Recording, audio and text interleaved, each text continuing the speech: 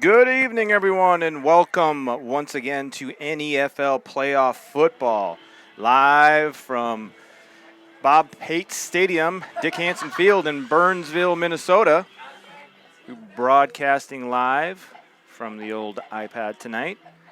Unfortunately, Mr. Franco is feeling under the weather tonight, so it's going to be myself and the one and only Jody Woods. Hello, excited to be here. The worst radio station spot time period in the nation. But at least I have one. That's true. That's true. Some people can't say that. It's very true. So third meeting this year between the Pioneers and the Invaders. Invaders got a win last time against the Pioneers on a 26-21 victory at Sid Cichy Stadium in Fargo, North Dakota.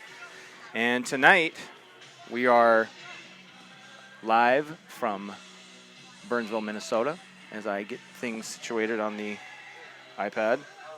So bear with us with the iPad tonight. We weren't able to bring the full production crew, which is just Franco without me, Anyway, so we are here live from Burnsville. Fargo has won the toss, and they will defer to the second half. So St. Paul Pioneers will open up today's game with the ball and have their offense come back out on the field, trying to rebound after that loss in Fargo where the Pioneers had 7 turnovers, 7 interceptions by Dennis Geedem. Lazan Tahir set to kick this one away. Gets his foot into this one. Deep kick taken at the goal line by the return man. Out to the 20-yard line. Follows his blocks, gets out to the right-hand side, and pushed out of bounds. Returned by number 12, Josh Murray. So they will start this series at their own 30-yard line to start things off. So as we get situated here with everything. So we'll try and muddle our way through this. So Pioneers today come into the game at a 7-3 overall record, 4-2 in the Northern Elite Football League with a top record, first place in the league, where Fargo lost a coin toss to the Northland Bulls. They are at 6-4 overall this year, 2-4 in the league, and the number 4 seed in this year's playoffs. So first down for Geedem and the Pioneers, joined by Sims in the backfield. Handoff to Sims, tries to get out right, and he's taken down in the backfield for an apparent 5-yard loss. Looks like by Derek Alexander and Johnny Ware in the backfield. I have to say thank you to Johnny Ware and Jermaine Armstrong for wearing different socks tonight. You can tell them apart? I can tell number 6 and number 8 apart because they've got different leg wear. I heard they did that just for you. Well, if I keep asking, eventually they'll actually, help me out. Although on the white uniforms for the Invaders, it's a little bit easier to decipher those jersey numbers. 4 wide receivers set this time for Geedem. 2nd and 15. Looking back to pass, throwing off to his right. Pass is completed to the 30-yard line, taken down right away by Jermaine Armstrong. Gain of 5 on that play, gets back to the original line of scrimmage. Will bring up 3rd and 10 for the Pioneers. So once again, big thanks to Jody Woods for running the iPad today. So the biggest difference you'll see is obviously picture quality compared to the camera we normally use. But unfortunately, it's been kind of one of those years for the broadcast crew, kind of up and down ourselves. So 3rd and long. Geedem looking to pass, out to the side, going deep. Landon Moline can't make a play on the ball. Makes the tackle. That's enough for a first down for the Pioneers. That ball really kind of hung up there. Moline decided to make sure he made the tackle. Didn't want to get a pass interference penalty. But unfortunately for the Invaders, that's a first down for the Pioneers. Now, we saw in last game between these two teams, the Invaders and the Pioneers both had a number of kind of passes just thrown up there. And they've hung in the air, and there was a number of interceptions last game. A lot of turnovers between these two teams last time. Geedem to pass once again, throws it out quick. Pass is incomplete. Pass intended for Murray. So we get 2nd and 10. So far today, out of the 4 plays that the Pioneers have run, they've thrown it 3 times. So not afraid to continue to throw the ball around for the Pioneers. And did not know if they would switch up their game plan at all after last meeting with the turnover problem on the interceptions. Trips to the right this time. Tight end and on the left for the Pioneers. Bit of a new wrinkle there.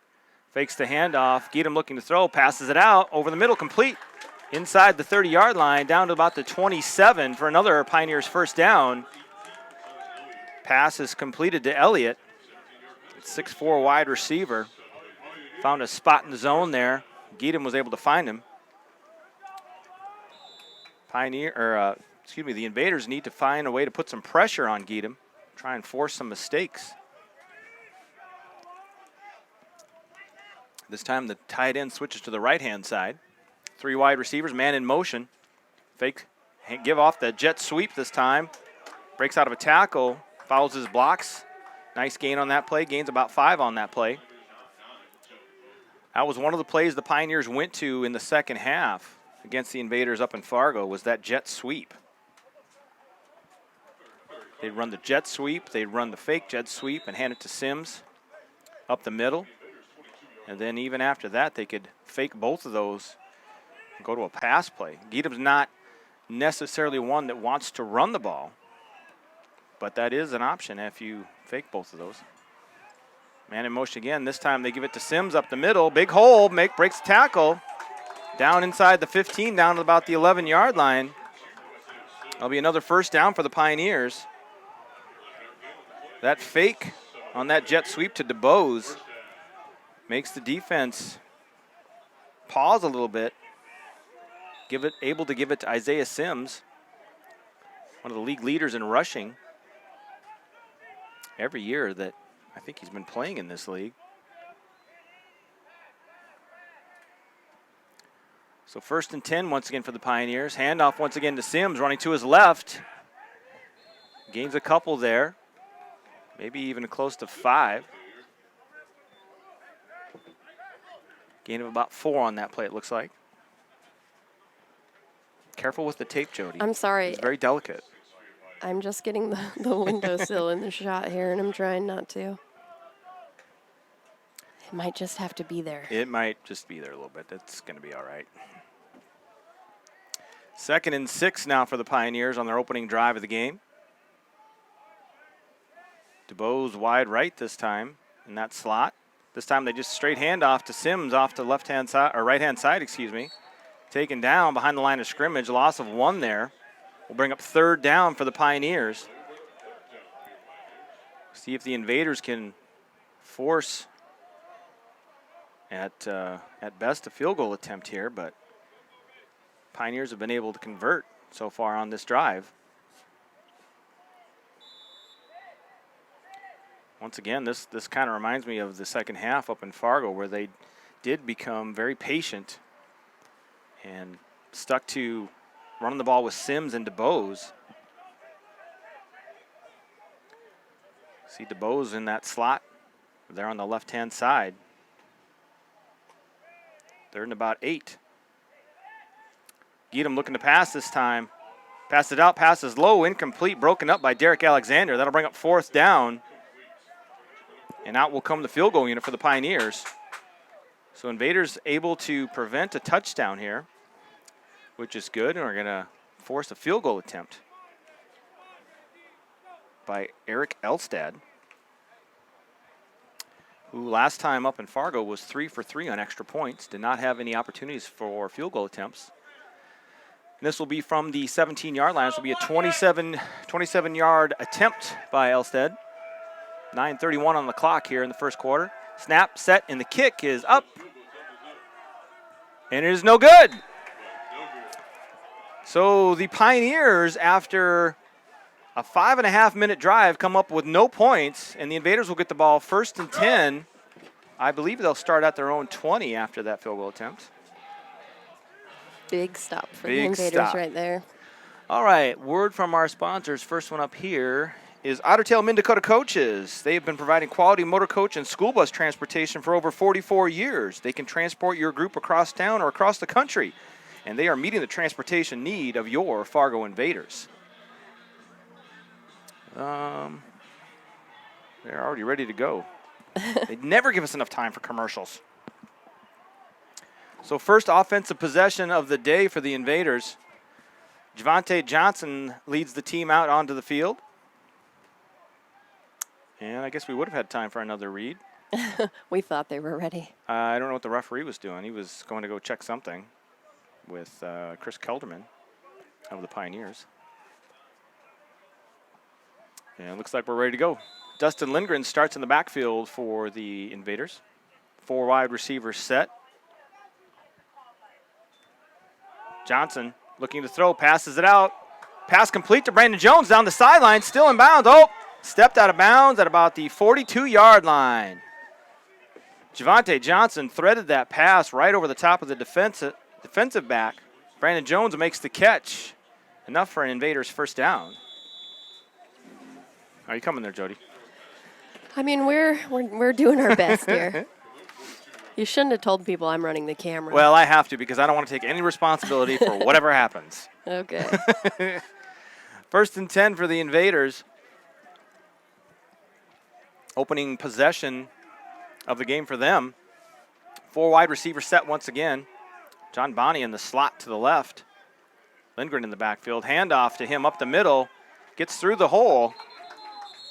Gets back to the line of scrimmage and gains a couple. Invaders trying to run that ball enough to keep the team honest.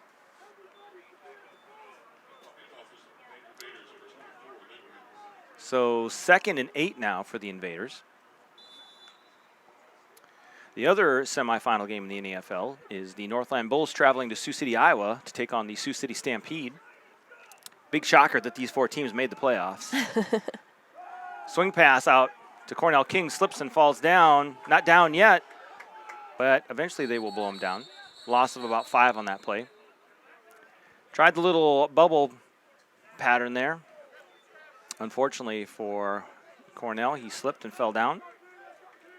Was able to get back up in time before the defense was there to wrap him up and bring him down. So it'll be 3rd and 13 for the Invaders on their opening drive. After a nice play to start the drive, tried to run the ball up the middle and then tried the swing pass there to King and were unable to get anywhere. Lost yardage. So 3rd and long for Johnson. Johnson looking to pass. Rolls to his right. Throws it down the field. Underthrown. Pass intended for Constant Jackson. That'll bring up 4th down. And it'll bring on Lazan to here. Set to kick this one away. Back to the Pioneers offense.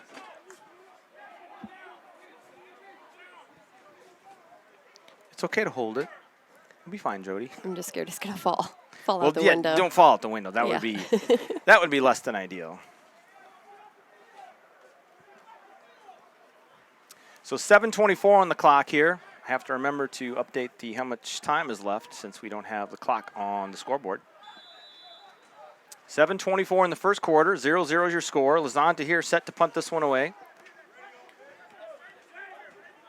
2 men deep inside the 15-yard line for the Pioneers. Snap to Tahir, gets the kick off the side of his foot. Down the field, takes an Invaders bounce and goes out of bounds inside the 40. And they'll mark it down at the 38-yard line. So that'll be 1st and 10 for the Pioneers to start their 2nd drive of the game. Another one of our sponsors, Glacial Peak Cryotherapy. They provide whole-body cryotherapy, which is the use of ultra-low temperatures for the purpose of quick muscle recovery and medical therapy.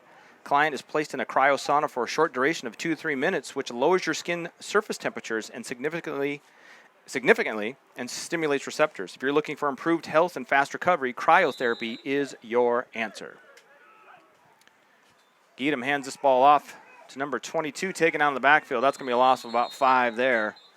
That handoff was to Zayn Smith.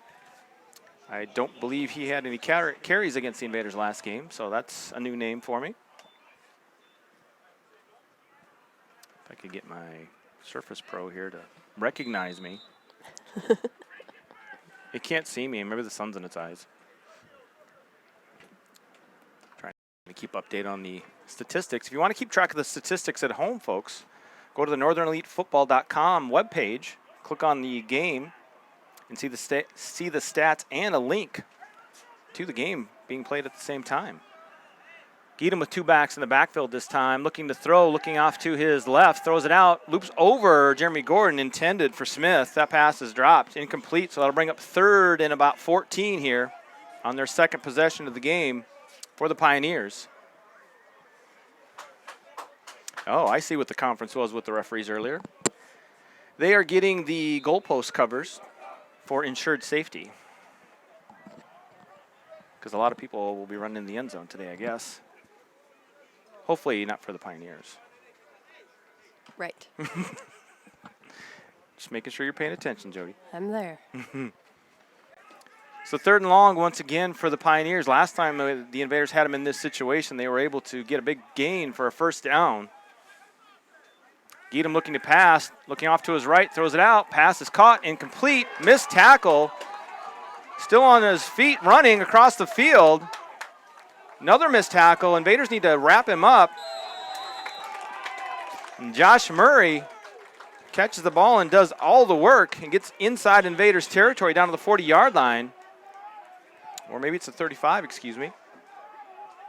So another 3rd and long conversion for the Pioneers. So that was a gain of how many on that one, Matt? 27? 30-yard gain on that play.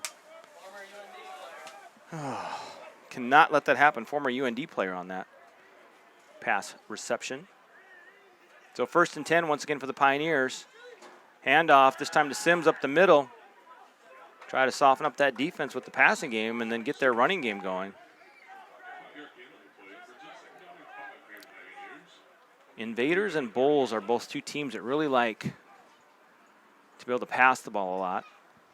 Pioneers and Stampede pass the ball enough to keep you honest, but both those teams would really prefer to run the ball on you. And the Pioneers were really kind of held in check with the rushing game last game until the second half. Isaiah Sims was held to no yards, I believe, in the first half, when in the second half he ended up with about 65 to 70. He might have actually had negative yards in the first half. Handoff once again to Sims up the middle. Finds a hole, beats his man down to the 10, to the 5. Touchdown, Pioneers. And just like that, after forcing them into a 3rd and long situation, they give up the conversion on the 3rd down pass, and then on the 2nd down run, Isaiah Sims is able to break one for the touchdown. And that makes the score 6-0 Pioneers.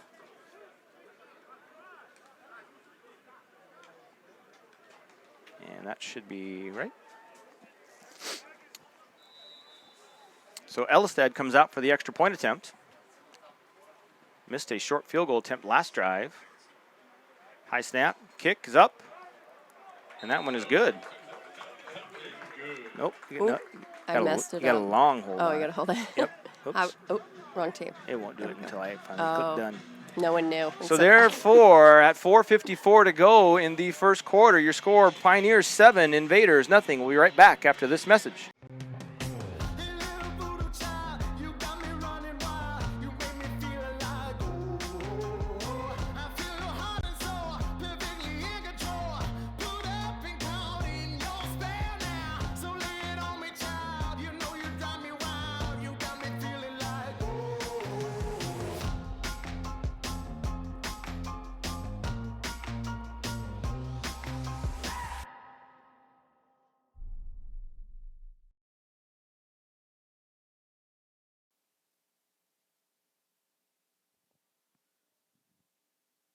And we're back.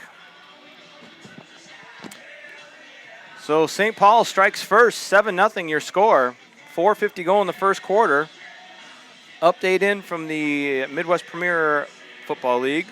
Final out of Grand Forks. We believe the final score is 19-14. Tri-City North Stars, the defending champs, our friends from Grand Forks, advanced to their 2nd straight championship game.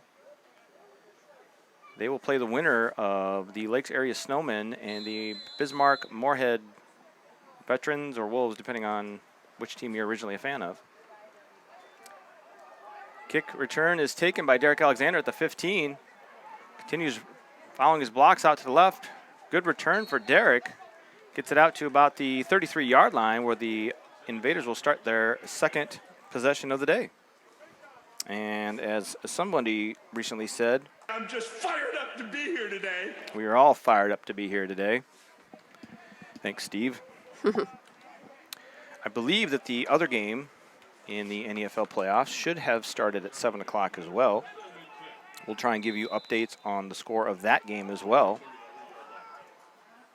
They may only update that every quarter, so we might have to wait another 15 minutes or so.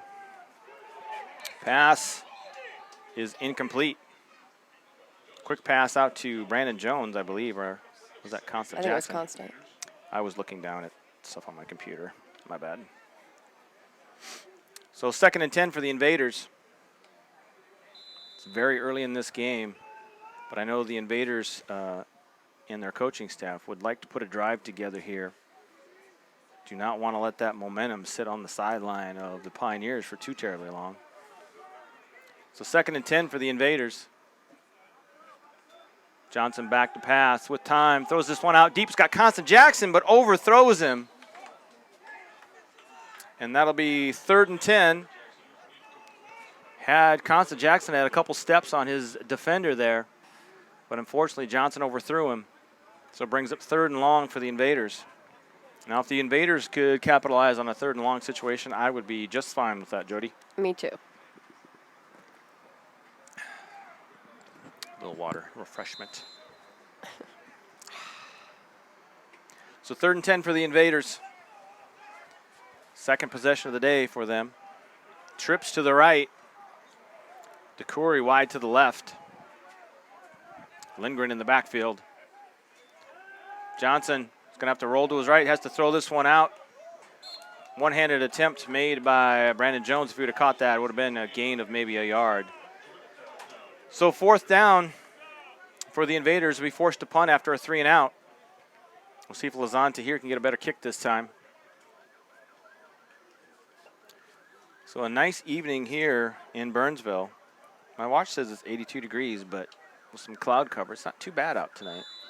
A little warm in the booth, though, huh, Jody? Yeah, a little bit. I was hoping for a breeze, but yeah, if you no stand luck. at the certain way in the window, you get a little bit. Little tiny one. Then you figure it out, then it stops. Of course. Mm-hmm. So Tahir out for his 2nd punt of the day. A little bit of a high snap. Tahir gets it off, almost blocked. Maybe got a fingertip on that one. High kick. Hits down. And the return man takes it just outside the 30. And is taken out of bounds right away. So it'll be 1st and 10 for the Pioneers at their own 33-yard line. Similar field position that they've had. So we'll need the Invaders defense to follow through on a 3 and out rather than getting them into 3rd and long their first 2 drives on their after their first 2 plays each drive, only to give up a long 3rd down conversion. The Pioneers have had a missed field goal and a touchdown so far. So 7-0 is your score. 4:19 to go on the clock here in Burnsville, Minnesota. NEFL playoff time once again. Geedham fakes the handoff, looking to throw out wide, out to his right, over the middle. This one's picked off by Vince Holmes. Running up the middle, down inside the 30, down to about the 25-yard line. And just like that, Invaders get the ball back in great field position. Cornelius Wallow slow to get up. Hopefully he's okay.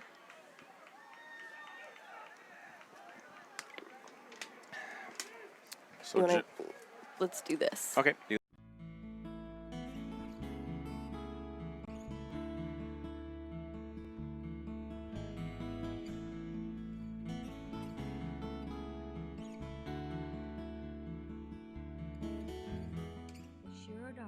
Is an ancient Ayurvedic treatment. It balances the hemispheres of the brain. It helps with insomnia, depression, anxiety, and so much more. And we're back. We want to thank our sponsors, Moorhead Massage and Wellness. as they transition to brand new space over there in their location. So Javante Johnson in the Invaders offense comes back out after the turnover. Dante Starr in the backfield with Johnson. Johnson with time to throw, throws it over the middle. Penalty flag.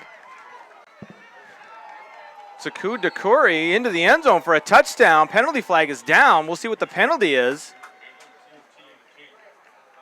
Nice pass by Johnson to Dakuri. We'll see what the penalty flag is. I think they might have potentially called pass interference. Holding on the defense. Penalties decline. That's 6 on the board for the Invaders. You betcha. It was Cornell King? My bad. I'm sorry. Sorry, Mr. King. That's your touchdown, my friend.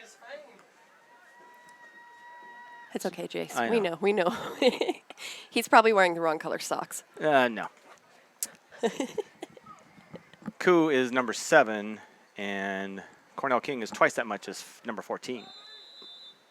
And I messed up. Yeah, there's no excuse. Snap there. set, and the kick is up by Tahir, and it is good. And so just like that, after what it felt like that the Pioneers had all of the momentum. Wait, there's a penalty flag.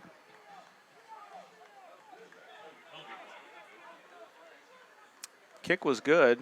I don't know what the penalty was, if it was after the whistle. If it's after the whistle, then the point would be good. They would enforce it on the kickoff.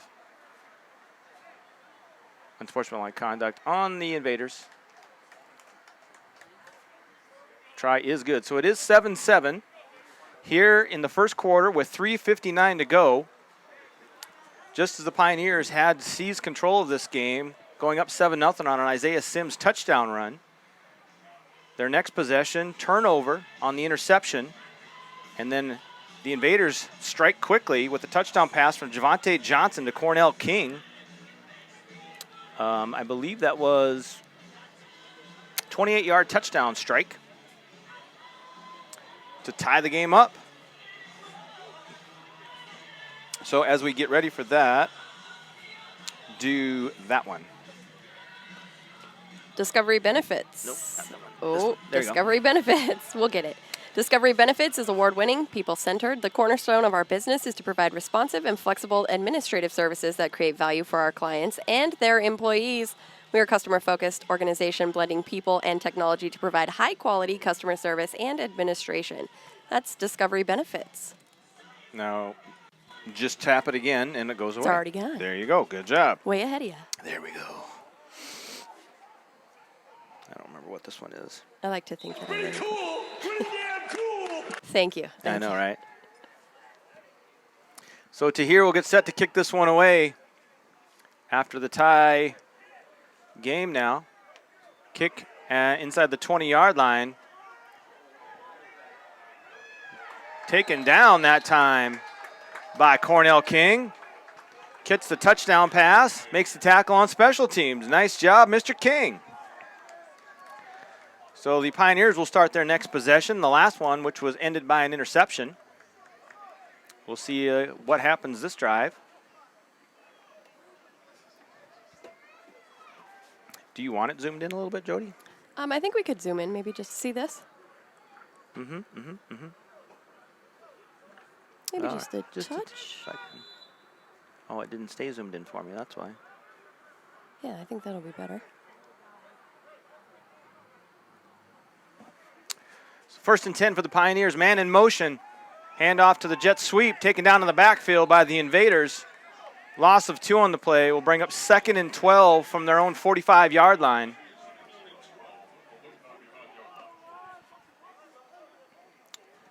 So you got to wonder at least a little bit what's going through the mind of Dennis Geedham.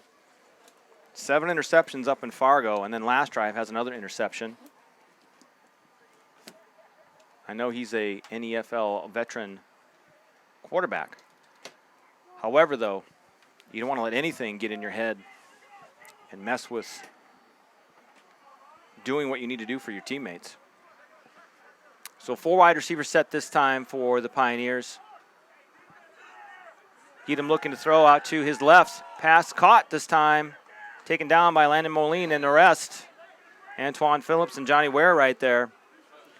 Pass completed to number 18, Cyrus Elliott. Game of about 4 will be 3rd and 8. So here comes that tricky 3rd down. One thing you always have to be aware of in football, no matter what the level is 3rd down conversions. If you're the defense, you cannot give away first downs when you force 3rd and long on an offense. Trips to the right for Geedham. 2 guys so far we had to keep an eye on is Murray and DeBose. Geedham looking to pass, under pressure, up the middle, is going to be sacked, taken down by the Invaders defense. Anthony Antonio and Taureen Smith there. And that'll bring up 4th and long and should force the Pioneers to punt this one away, which is fine by me. Pretty cool. Pretty damn cool. That is pretty cool.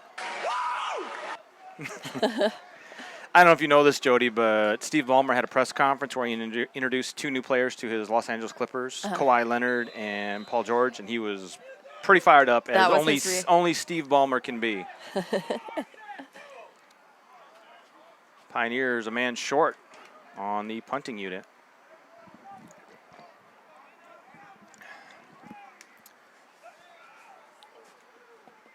So Elstead to punt this one away. Snap and the kick. Gets it away. High kind of end-over-end kick. Jermaine Armstrong fields it on the bounce. Dangerous play. Yeah. Makes me a little nervous, especially it's inside the 20-yard line. But he does hold on to the ball, loses his helmet.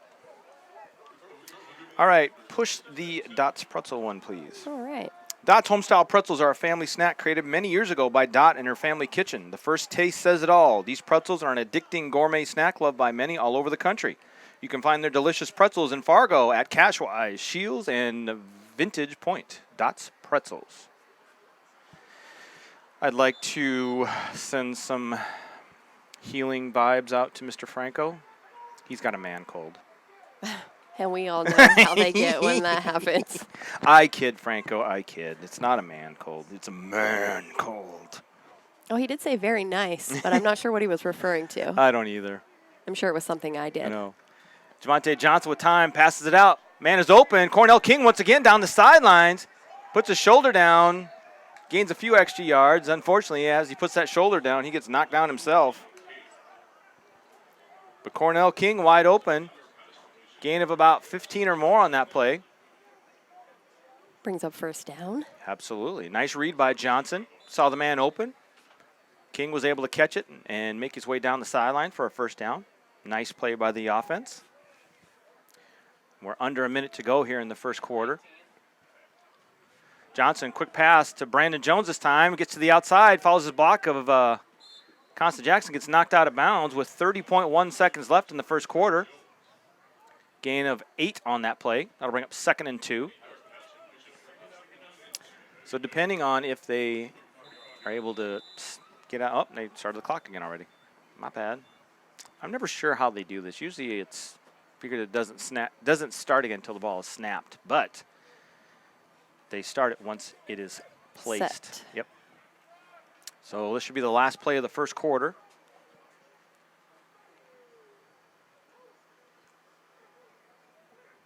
Johnson handoff up the middle to Dante Starr, taken down in the backfield that time.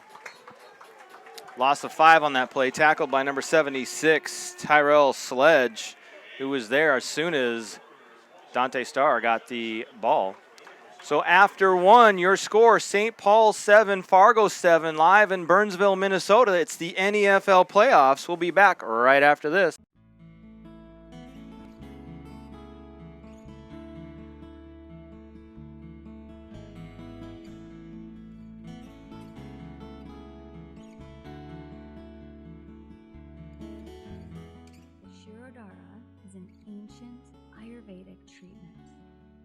Balances the hemispheres of the brain. It helps with insomnia, depression, anxiety, and so much more. It's a deeply relaxing and rejuvenating experience, which can be greatly profound for the body, mind, and spirit.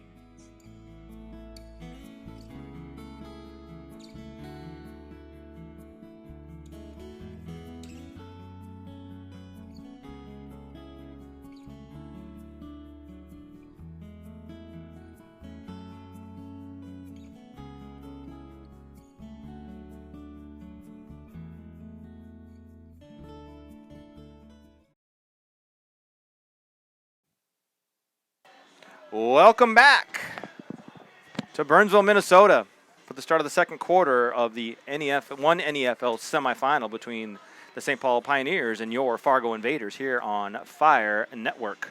And now headed in the opposite direction. Yes. Sorry. And Fire Network is the Fargo Independent Radio and Entertainment Network. Javante Johnson with the offense with Dante Starr next to him on 3rd and about 6. Johnson gets the snap, swings it out to Starr. And unfortunately for Dante, taken down in the backfield once again, loss of a yard. That'll bring up 4th and long. And will force the Invaders to punt this one away. I wouldn't say that was a conservative play call or anything. I think that was, unfortunately, the receivers downfield were covered. Had to take the check down to Dante. Unfortunately, nowhere for him to go. Good defense by the Pioneers. So back deep is McCalloran, if I can read someone's handwriting. And Josh Murray is back deep. Snap to Tahir. High hanging kick, fair catch. And taken at the 30-yard line by Murray. So the Pioneers will start their next possession at their 30-yard line. And so we will do... Fargo Chair Rentals? Yeah, FargoChairRentals.com. Do you know what they do, Jody? I'm going to guess they rent chairs. Good. FargoChairRentals.com can meet your event needs from chairs, tables, to even a little extra shade. If you're looking to rent for an event, contact Blake Weedman at FargoChairRentals.com and mention hashtag InvaderElite for a discount. Never forget the hashtag. So much more than chairs. Oh, no, I know. But don't forget hashtags, Yes. because that's why if you don't hashtag stuff, millennials don't know what you're talking about. Oh, you're so hip. I know, aren't I? 3 receivers in this time. This is also that tight end formation for them. Man in motion. Handoff to Sims up the middle. Gains a couple. Taken down by Buchanan and Smith, it looks like. So, I guess it is 3. I thought for a second the PA announcer was being a little generous with the spot there. But he was right. It's a 3-yard gain. It happens. Were you going to tell Franco that you miss him too? Nobody asked you, Kevin! I can manage without him. Okay. He doesn't miss you, Franco. I'm sorry. I do, though. Maybe a little, but as long as he's watching at home, that's all that matters. Okay. So 2nd and 7 for the Pioneers. Murray in motion, fakes it to him. Quick pass out. Breaks the tackle. Gets through the tackle and enough for a first down for the Pioneers. Quick pass out to the receiver. 2 defenders there. It looked like it was, I think, Jermaine Armstrong and Josh Gatling. They make the tackle, but unfortunately gained of about 10 on that play. So a first down for the Pioneers.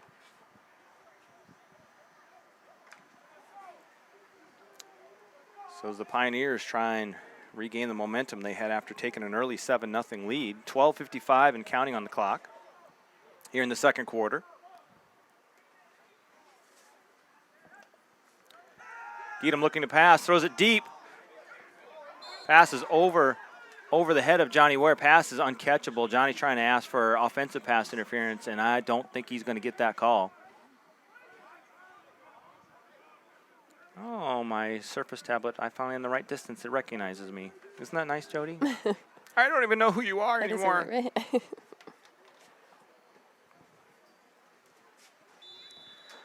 So 2nd and 10 for the Pioneers after that incomplete pass out of bounds. Good coverage that time by Johnny Ware. I'd like to see a little more pressure on the quarterback by this Invaders defensive line.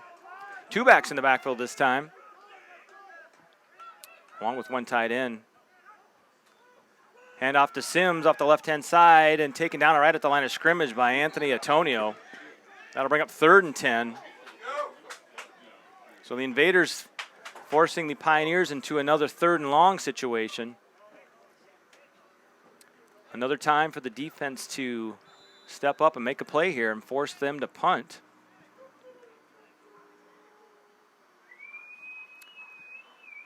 See Buchanan, Smith, Antonio, and Gordon along that defensive front.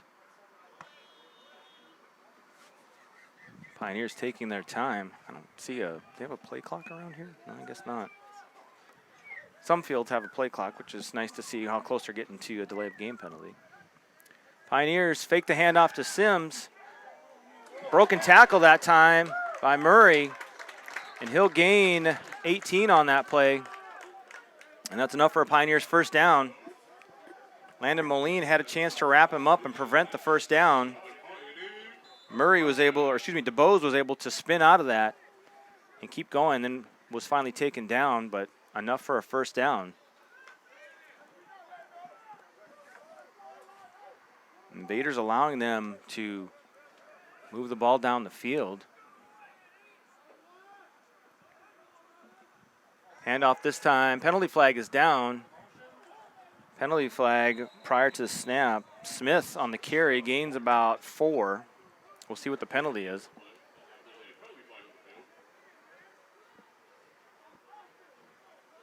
I didn't see what the penalty was.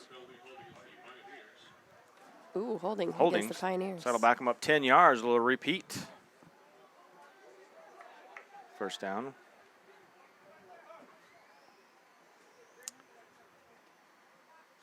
I guess the penalty was farther up the field, since they're only loss of 5 yards on that play. It's usually a 10-yard penalty from the spot of the foul, so obviously the penalty was up the field.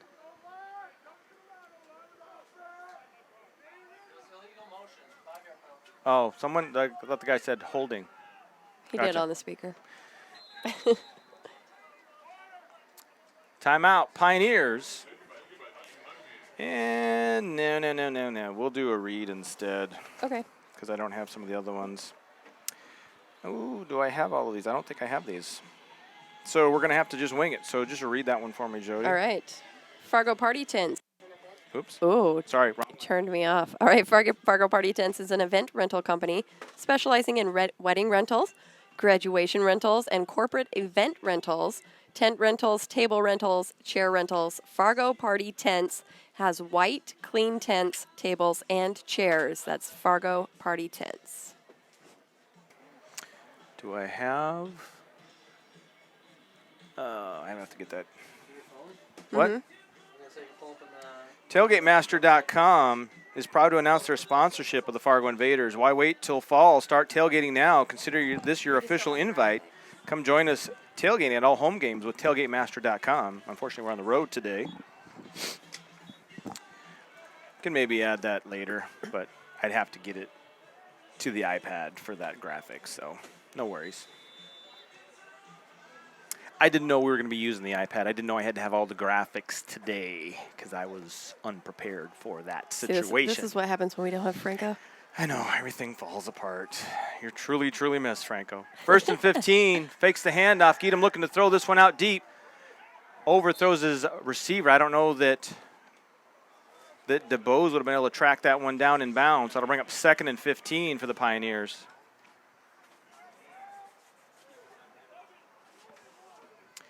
Cannot thank our sponsors this year enough. You may not have your commercials today, or maybe sometimes even your graphics, but don't let you think that we don't appreciate you. I don't have a read. I can switch commercials out at halftime, Jody. How about that? That's a great idea. I'll put 2 different commercials up for second half. Okay.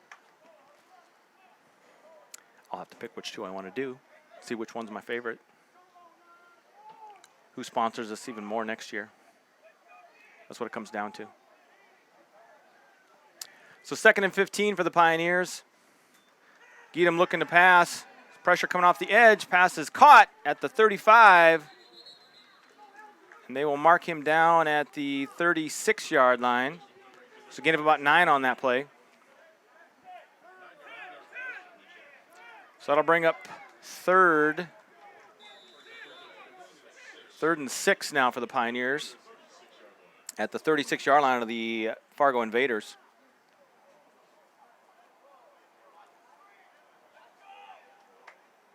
Najee Brown checks into the game, wide receiver.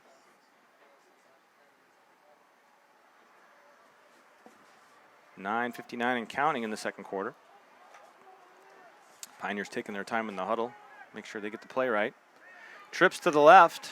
One man wide right. Geedham looking to pass. Throws out over the middle.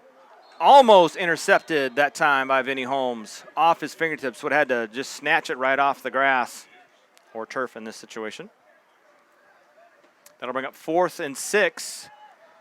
They are too close to punt, too far away for a field goal, so I think the Pioneers are going to go for it. So the Invaders are going to have to come up with the stop here on 4th down.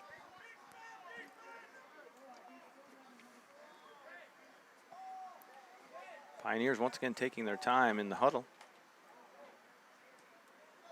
I don't know how much time they're taking in the huddle, Jody, since I don't have that play clock. Right. That's weird. They don't have one. Well, some high school stadiums don't have it. Not a big deal. 9:43 on the clock here in the second quarter, folks. Trips to the left for Geedham and the Pioneers. Smith in the backfield with Geedham. Geedham looking to pass. Steps up, throws it deep. Out over the left, overthrows his receiver. Pass is incomplete. That's a turnover on downs. And the Invaders will take over at their own 37-yard line. Let's see. We've done this one, this one, this one, that one, this one. And we did these two, correct? So that means we restart. So let's go back. Way back. So Otter Tail, Minn-Dakota coaches. They've been providing quality motor coach and school bus transportation for over 44 years. They can transport your group across town or across the country. They are the official transporting partner of your Fargo Invaders. 1st and 10 once again for the Invaders. Lindgren in the backfield this time with Javante Johnson. 4 wide receiver set for the Invaders. Johnson looking to pass. Slant across the middle off the fingertips of Brandon Jones. He was worried about what he would be doing after he caught that. That would have been enough for a first down and then some. Unable to come up with that one. Brings up 2nd and 10 for the Invaders. 2 evenly matched teams today. 26-21 game up in Fargo. Last time these two teams met down here in the cities, we were at Concordia University in St. Paul. I believe that was a 30-12 win for the Pioneers. Trips to the left this time for the Invaders. Johnson feels the pressure, rolls to his right. Penalty flag is down. He's going to gain of about 6 or 7 there, but I'm thinking it's going to be coming back on a holding. Holding on the offense, that'll bring up 2nd and 10.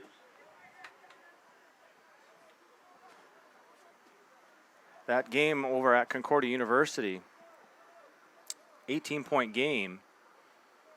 However, that was a game where the Invaders shot themselves in the foot a few times.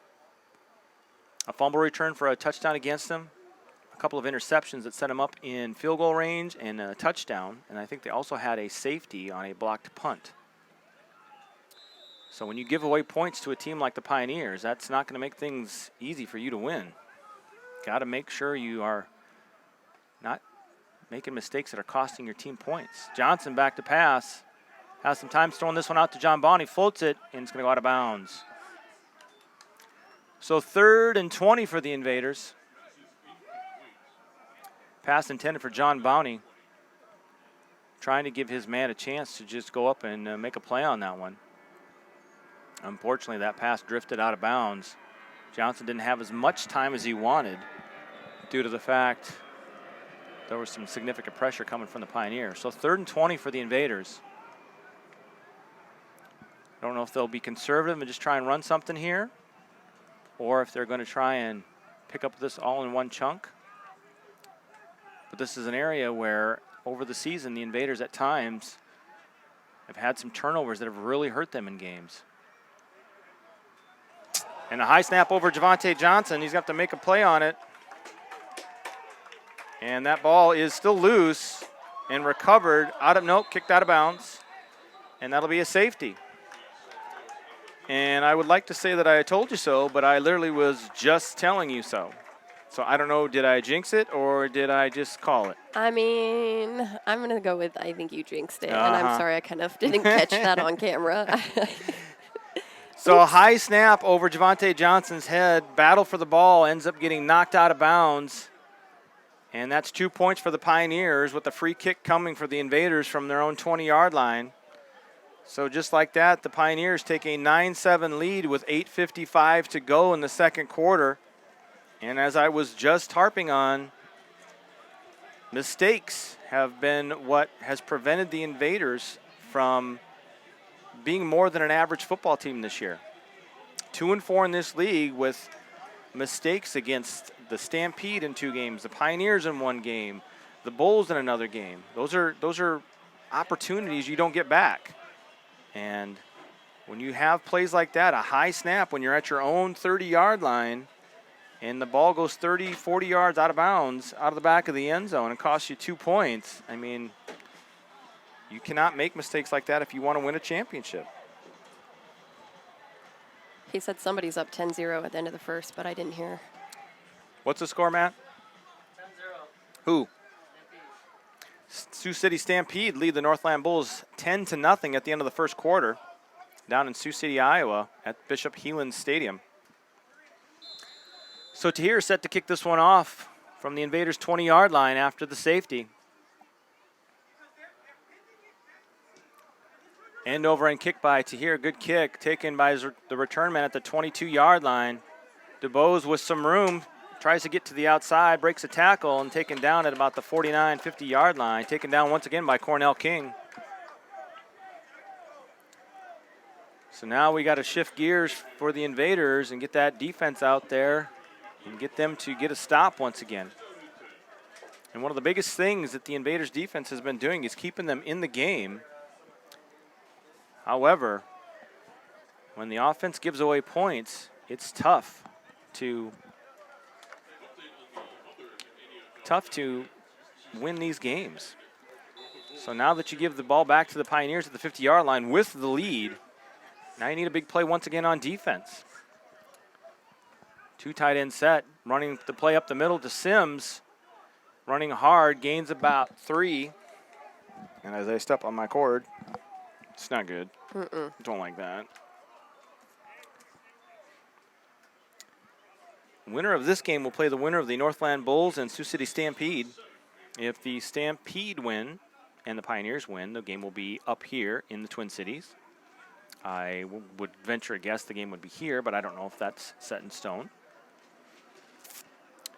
If Stampede win and Invaders win, game's in Sioux City.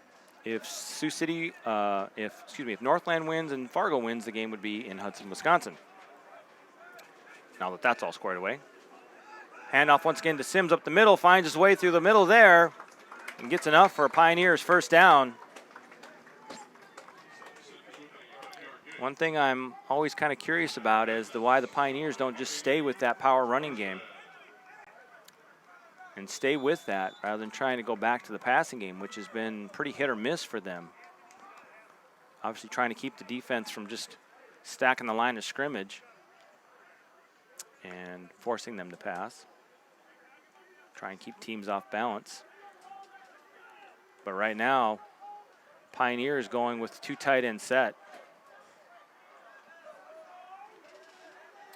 Daring the Invaders to come up and play the run. Taken down this time in the backfield. Sims trying to struggle to get away, but is taken down for a loss of about 8 on that play.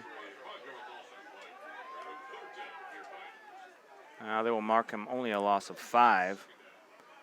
He eventually was taken down about 8 yards behind the line of scrimmage, but forward momentum had stopped, so that's where they're going to mark it.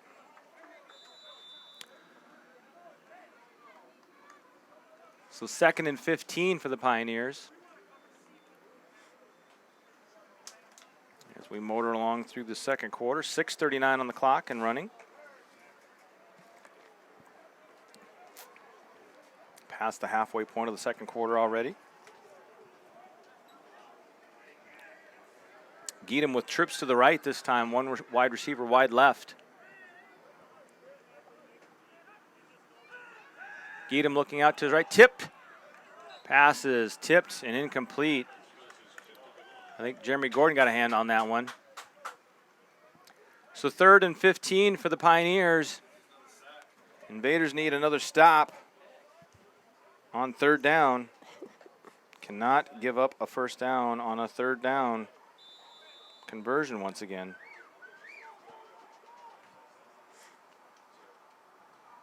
Minnesota Twins update. They lost center fielder Byron Buxton to a shoulder injury today. Yikes. Hopefully it's not for the season or anything, as the Twins continue to push for a playoff spot. It's relevant since we are in the Twin Cities today, home of the Burnsville Blaze. 3rd and 15, 4-wide receiver set for Geedam, looking to pass a quick pump fake, going to throw it deep. Overthrows his man, brings up 4th down. Brown gets bumped by Ware. I think he tried to embellish that just a little bit to try and draw the penalty. Pioneers will send out Elstead to punt this one away, try and pin the Invaders deep, which sometimes has been a good idea because the Invaders' offense has had some issues at times, like last possession where they had the snap over their head. So we want that. Killing me, Chase. You're killing me. I'm going to knock on wood. Okay, you do that. Okay. Jermaine Armstrong inside his own 5-yard line. Ellis said high kick. That one is touched. That was touched outside the 5-yard line. I don't know that you can down it there.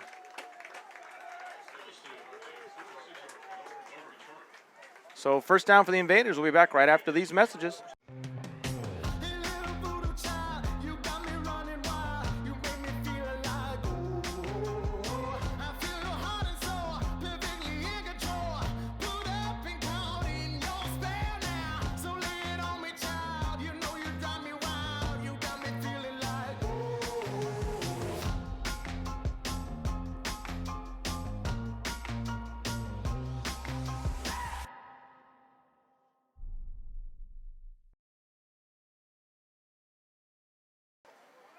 And we're back. Invaders did not get the spot. I was positive from our vantage point up here, Jody, that bounced off a Pioneers player. I think it did, but We did not get the call. So 1st and 10 for the Invaders inside their 1-yard line. And that's going to be tackled for another safety. And just like that, it's 11-7. Invaders get an unfortunate spot, and then due to the fact their running game has not been able to get things going over this season, they had to try and just throw that ball, and he gets tackled in the end zone for a safety. So back-to-back safeties for the Invaders offense given up, and it's 11-7, which I don't know that we've updated the oh, we scoreboard. didn't. We haven't, I don't think. My bad. We Oops. didn't have it running. There you go. So not something you see every day. One safety, let alone 2 safeties in one game.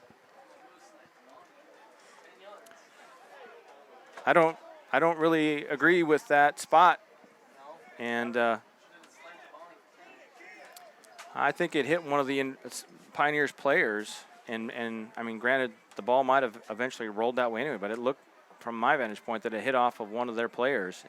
And once that happens, once it hits a player, that's where it's down. You can't hit it backwards and then down it right outside the end zone. So unfortunately, all right, now we're back.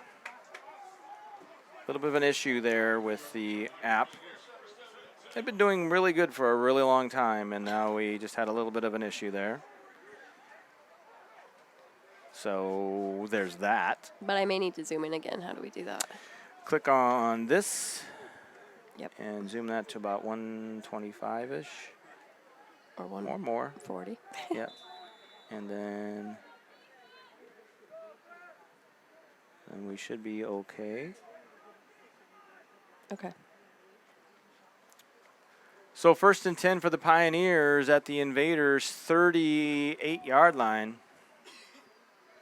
Another series of unfortunate events for the Invaders. 5:44 to go on the clock here in the second quarter. 11-7 your score. Fake the jet sweep taken by Sims, taken down to the backfield by Anthony Antonio. Lost on the play, about 3 yards, I believe. Nice play by Anthony once again. Could use a few more of those before the half, I would say. Yes. A few more Anthony Antonios? Yes. Or Well, that, and, maybe if I talk about how Giedem had 7 interceptions in Fargo, maybe we can have him throw another one. I mean, If I have that kind of power, I feel like you do. the Invaders get pressure on Giedem and they force him into some of these throws. Last time he would just kind of throw it up, hoping his receiver can make a play on it, and unfortunately that didn't work. Invaders pass tipped that time by Josh Gatling. Nice closing speed, able to knock that away, get that one big paw up there and knock it down. I thought that was the interception you just predicted. Not quite. For a second there, it looked like the receiver had a step on Josh, but he showed that closing speed, got the hand up. I think if our safety would have been maybe back just in the right spot, he could have maybe come up with that interception, but all 3 of those guys were all in the same area. So nice play by Josh to knock that down, brings up 3rd and long for the Pioneers. 3rd and about 13 and a half. Giedem with trips to the left, looking to throw out to his left under pressure, throws this one over the middle. Pass is incomplete. DeBose tried to catch that one. Unfortunately, he hit off the grass. That'll bring up 4th down for the Pioneers at the 42-yard line. And since the Invaders offense has given away 4 points their last 2 possessions, the Pioneers are content to punt this one away and pin the Invaders deep. Invaders trying to get the ball back with 4:44 to go on the clock here in the second quarter. As always in these situations, got to be ready for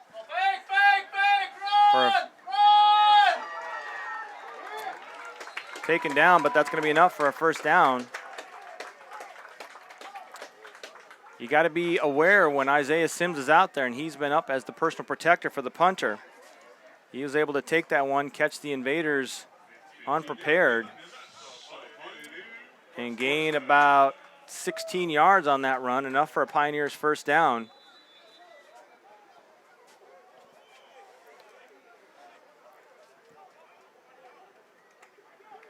So Invaders defense getting pressed into a even worse situation, coming up just about on right now, 4 minutes left in the half.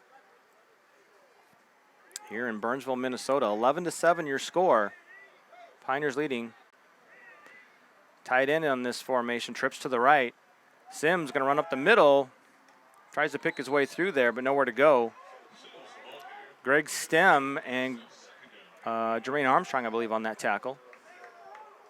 So a loss on that play. Maybe not. Maybe just back to the line of scrimmage. So 2nd and 10 for the Pioneers. Pioneers do not even get the play signal in until they have the referee signal that the ball is ready for play. It allows them to control that clock, take their time.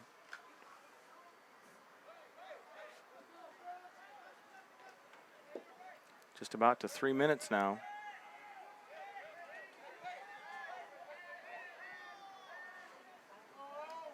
Giedem looking to pass out to his right, throws it out, pass is high. Pass is in and out of the arms of Johnny Ware. Johnny had an interception return for a touchdown last game in Fargo. Could not come up with that one.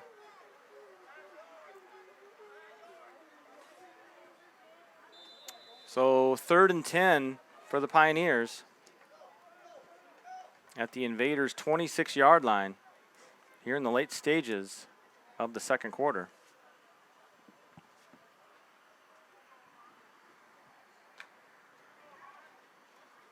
Invaders could desperately need a stop right now and then something positive out of their offense. 4 wide receivers set for the Pioneers. Giedem, draw play up the middle to Smith. So it'll bring up 4th, and I would assume 7. I'm not sure if they're going to send the kicker out there for a field goal attempt. It looks like they are going to attempt it. Franco can't help himself. He's calling plays from home. He said missed opportunities are killer. Yep, that is the understatement of the year. So Ellisted has this ball placed down. It looks like about the 29-yard line, so a 39-yard field goal attempt for Ellisted. Snap, the set, and the kick is up. And it is good. And so through kind of a strange way, the Pioneers are now up a touchdown. 14-7, and if you had the over-under on how many touchdowns compared to safeties, you probably would have been wrong. So 14-7, opening touchdown run by Isaiah Sims, answered after an interception and a touchdown pass to Cornell King, tied it at 7. Pioneers defense took advantage of the Invaders' offensive woes. Bad snap, and then a spot inside the 1 and tackled the end zone for a safety. So a ball knocked out of bounds for a safety. Then a receiver tackled the end zone for a safety. Made it 9-7, 11-7. Now a field goal by Ellisted of 39 yards. Makes the score 14-7 with 2:05 on the clock right before the half. So we'll see if the Invaders can make something happen here right before the half. Got to be smart, got to be sound here at the end of the half.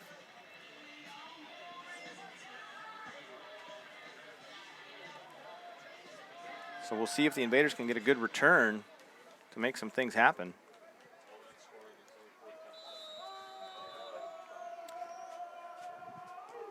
So kick end over end this time inside the 10. Armstrong stops it, picks it up inside the 10. Goes down the sideline.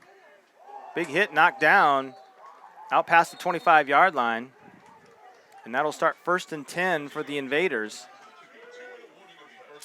And that is at the 2-minute warning. 1:58 to go in the first half. Your score, Pioneers 14, Invaders 7.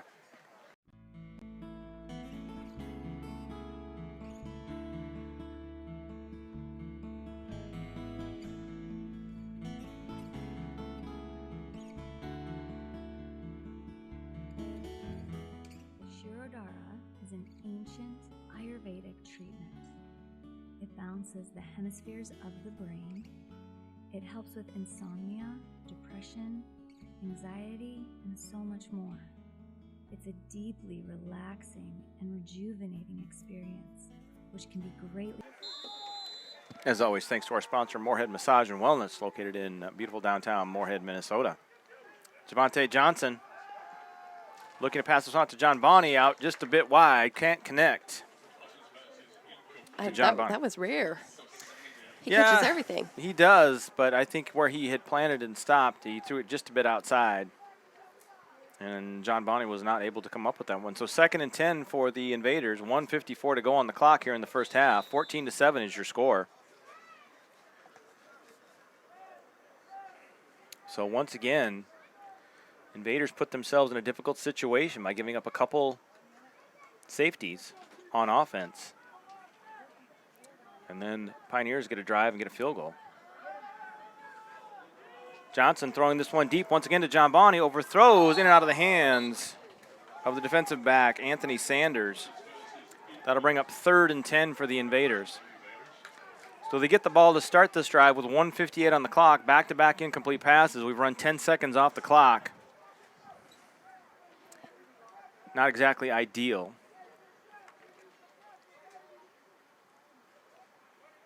You'd like to use at least a little bit of the clock here, especially if you're not going to be able to get a first down.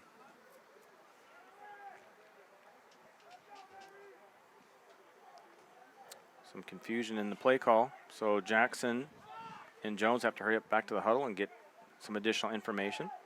So 3rd and 10 for the Invaders as they hustle to the line of scrimmage. Johnson steps up in the pocket, got some room, is going to run this one, gets to the sideline and out of bounds at the 40-yard line and up for a first down.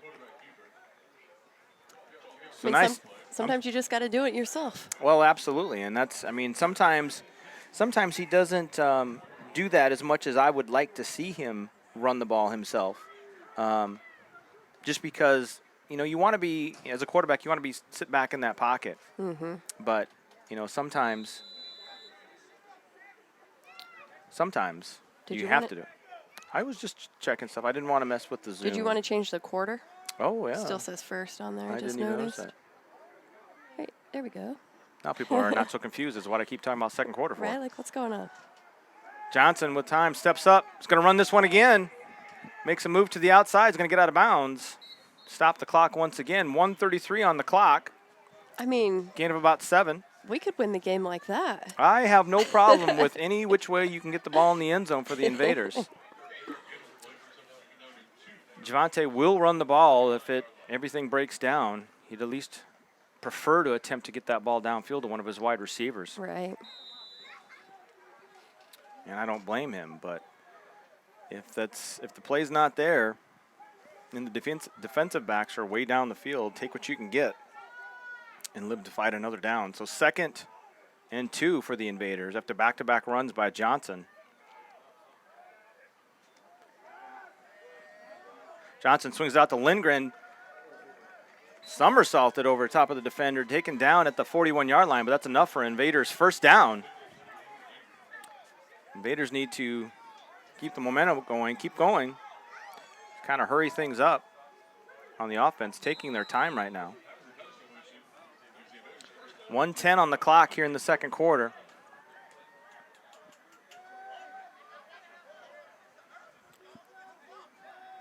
Johnson and the offense starting to get some going. 1 minute to go, under a minute now in the first half.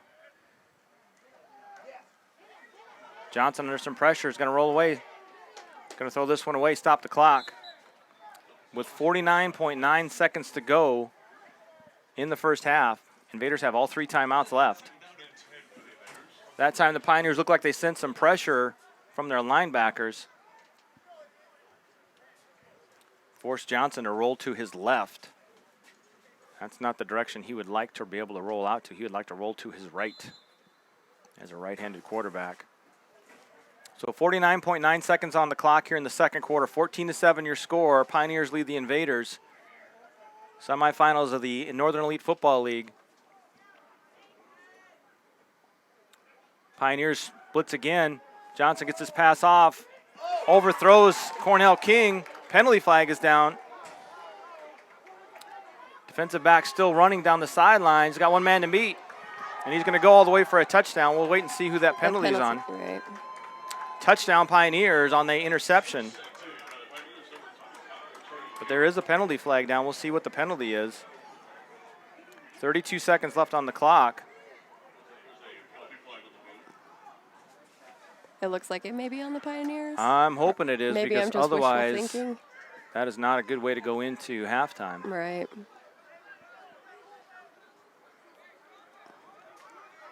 Yep.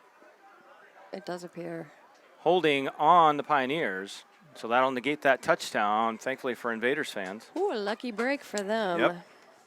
That should give them 5 yards and a first down. And there's only 32 seconds left, unless that changes. Nope, that'll be the same.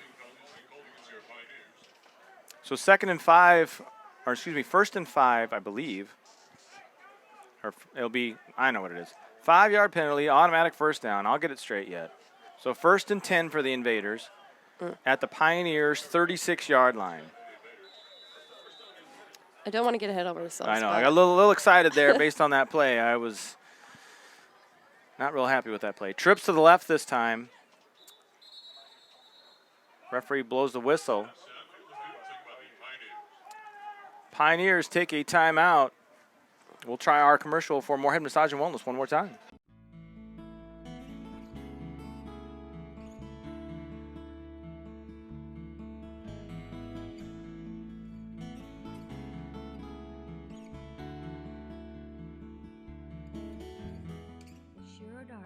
Is an ancient Ayurvedic treatment. It balances the hemispheres of the brain. It helps with insomnia, depression, anxiety, and so much more. It's a deeply relaxing and rejuvenating experience, which can be greatly profound for the body, mind, and spirit.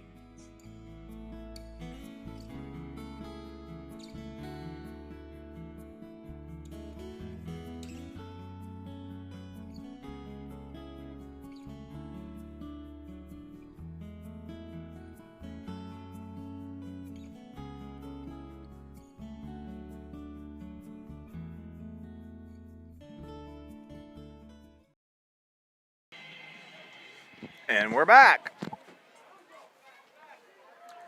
So 1st and 10. Get my microphone situated here. 1st and 10 for the Invaders. Trips to the left.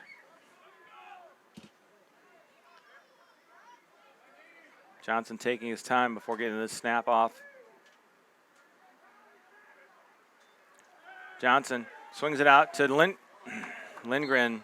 Lindgren could not catch that one. Was it tipped? Did it look like? No. Javante just kind of tossed that one up over the line of over the lineman there, just kind of a floater, and I don't think Lindgren was thinking it was going to take that type of trajectory to him.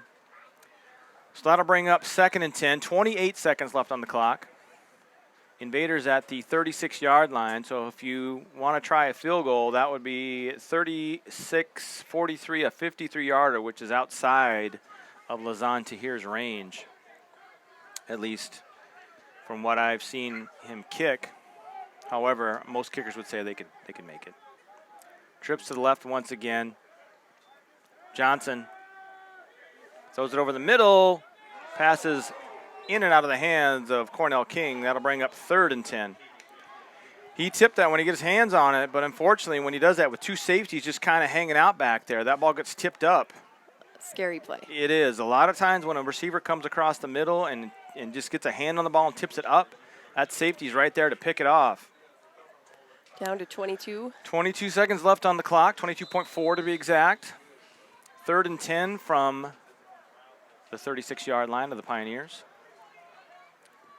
Invaders have all 3 timeouts left, so they can run a quick play and stay in bounds. They could still call timeout and get a couple more plays off.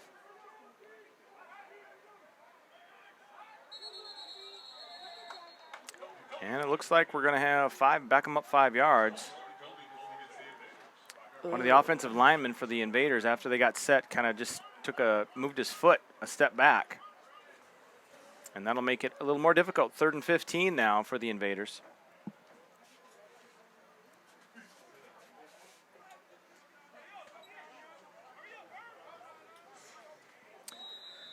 So 3rd and 15 here in the closing moments of the second quarter. Invaders will receive the second half kickoff.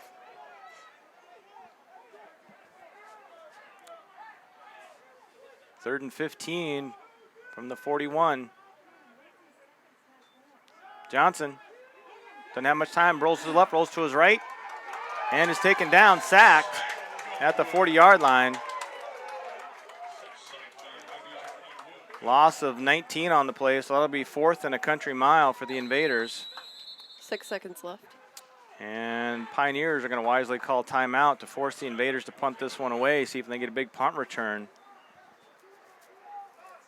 So the Invaders had a couple of good plays, moved the ball down the field, got the penalty, got the free 5 yards, but then go incomplete, penalty, and then a sack. So that brings up 4th down. First down is at the 26, and they're at their own 41, I believe. So 24 and 9 is 33 yards, I think. 33, 34 yards, something like that. What do they have on the scoreboard?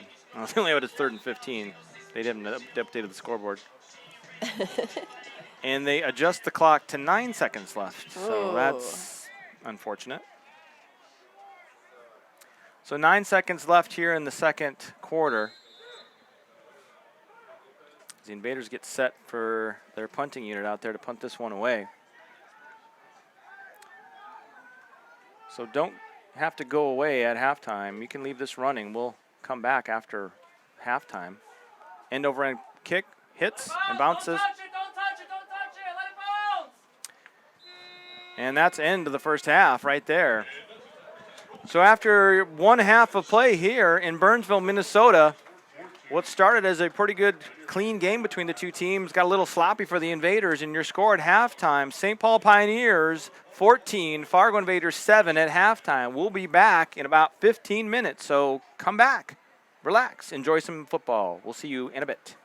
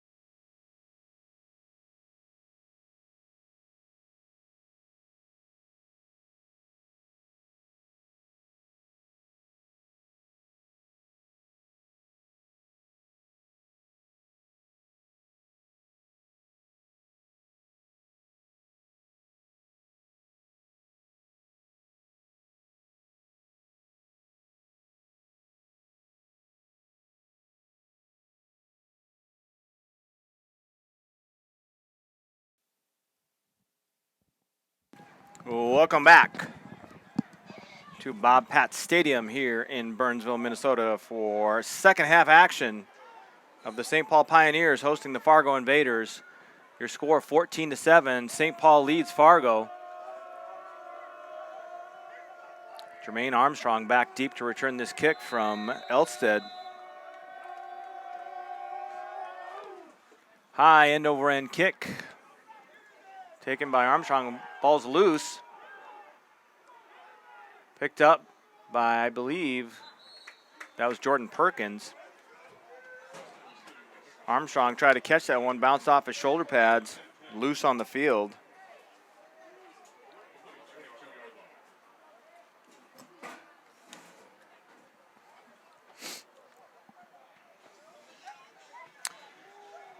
So, Invaders back on the field to start this second half. Invaders were led by Javante Johnson, 7 of 13 for 71 yards and a touchdown. No interceptions for him. Dennis Geedem was 8 of 18 for 116 yards and 1 interception. Pioneers were led on the ground by Isaiah Sims, 11 carries for 53 yards and that touchdown. Invaders were led by Javante Johnson on the ground. If I can get that stats to update. He had 2 carries for 21 yards. Johnson was 8 of 19, for a touchdown. Johnson with 4 wide receivers.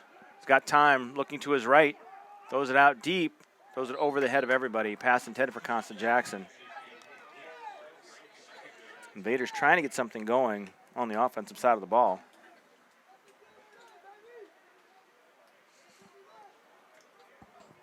Trying to get just a little bit of light back here, Jody. You're inviting the mosquitoes in. I know. It's so dark up here. It's fine if you want it.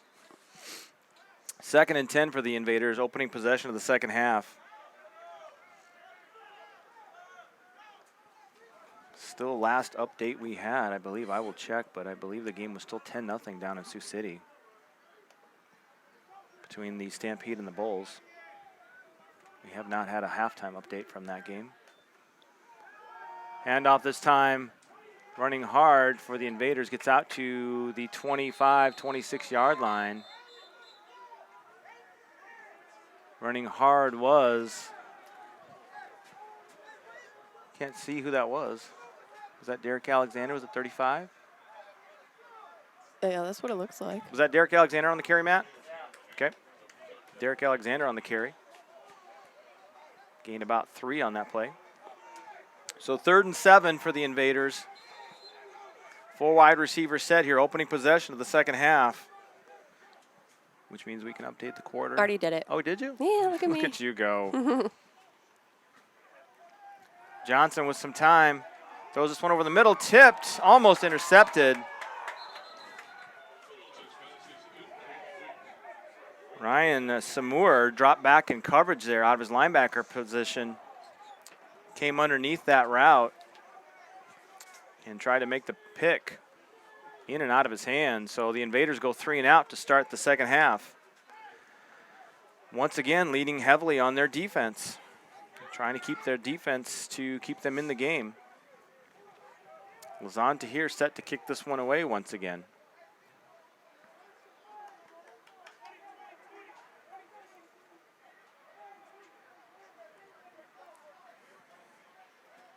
So just a minute into this first section of the third quarter. Tahir gets a good spiraling high kick off. Fair catch called and taken by the return man at the 42-yard line. So that is where the Pioneers will start their next possession. We'll be back after these messages.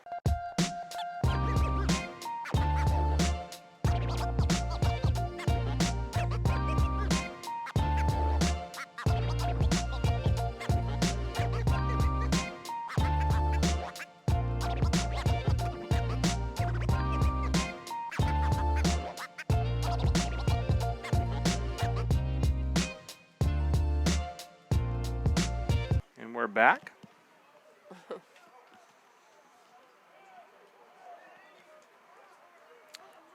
Two backs in the backfield with Geedem. Man in motion. 3 wide receivers. Handoff to the running back. Bounces it to the outside of Smith.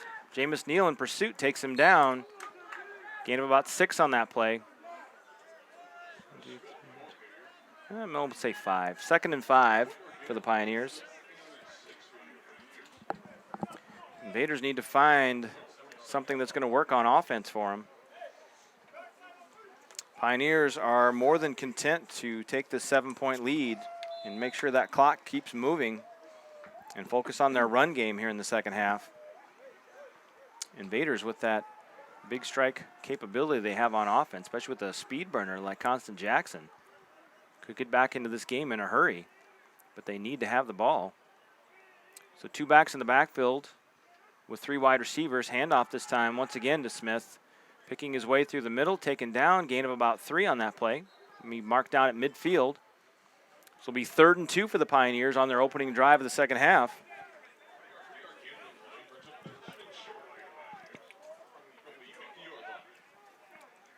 So 3rd and 2 as the sun sets here in Burnsville, Minnesota. Nice and cool out now. Mm-hmm. Down to 78 degrees. I bet you it'll be bound down to 75 by the end of this game, if not lower.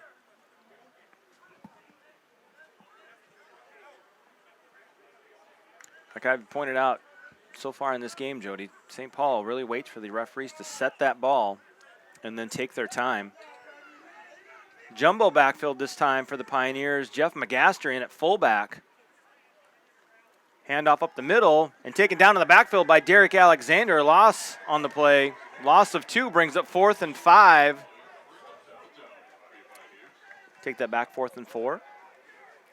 And Ellisted comes out to punt this one away. So 4th and 4.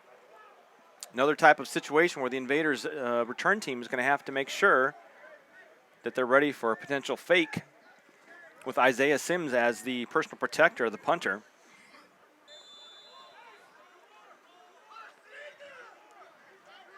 Some confusion on the Pioneers' part. Special teams is always an adventure in semi-pro football. Only 1 practice usually per week. And it's kind of, people forget they're on it. There's the snap, and the kick is away. End over end kick. It's going to go into the end zone for a touchback. So the Invaders will start this drive 1st and 10 at their own 20, trying to get something going on offense. And we'll be back after this message. Where can get your phone and computer repaired? At Where Repair. With no appointment necessary, you can bring your devices in right away. Have our knowledgeable staff do a free diagnostics to determine the problem. Stay up to date by checking the status of your ticket online. All of our services come with a warranty. Where Repair also does web development. Stop by Where Repair for all your phone and computer repairs.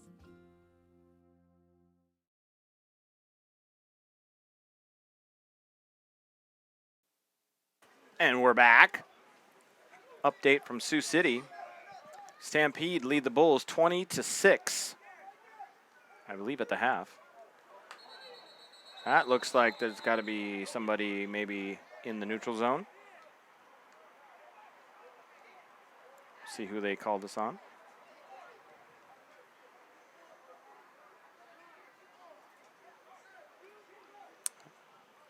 Dead ball foul.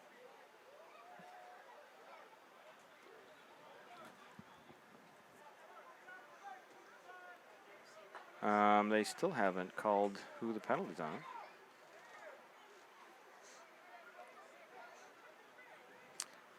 As the referees are talking about who it's on. Should we, Oh,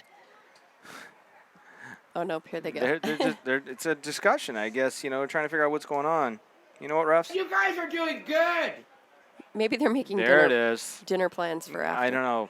Maybe maybe one of the guys has a wedding coming up, and they're trying to decide what to get him for a wedding gift. I think they're discussing why Franco isn't here. That would be my guess. I mean, that's what a lot of people want to know. So we'll wait and see here. 1st and 5. Johnson going to throw this one deep. Has got Constant Jackson behind the defense. Caught. 20, 15, 10, 5, touchdown, Fargo, you betcha. Yay! Can I say that? Yes, you can. Okay. Way to go. That's what we needed. Just what the doctor ordered. That is. Pretty cool. Pretty damn cool. You got any more?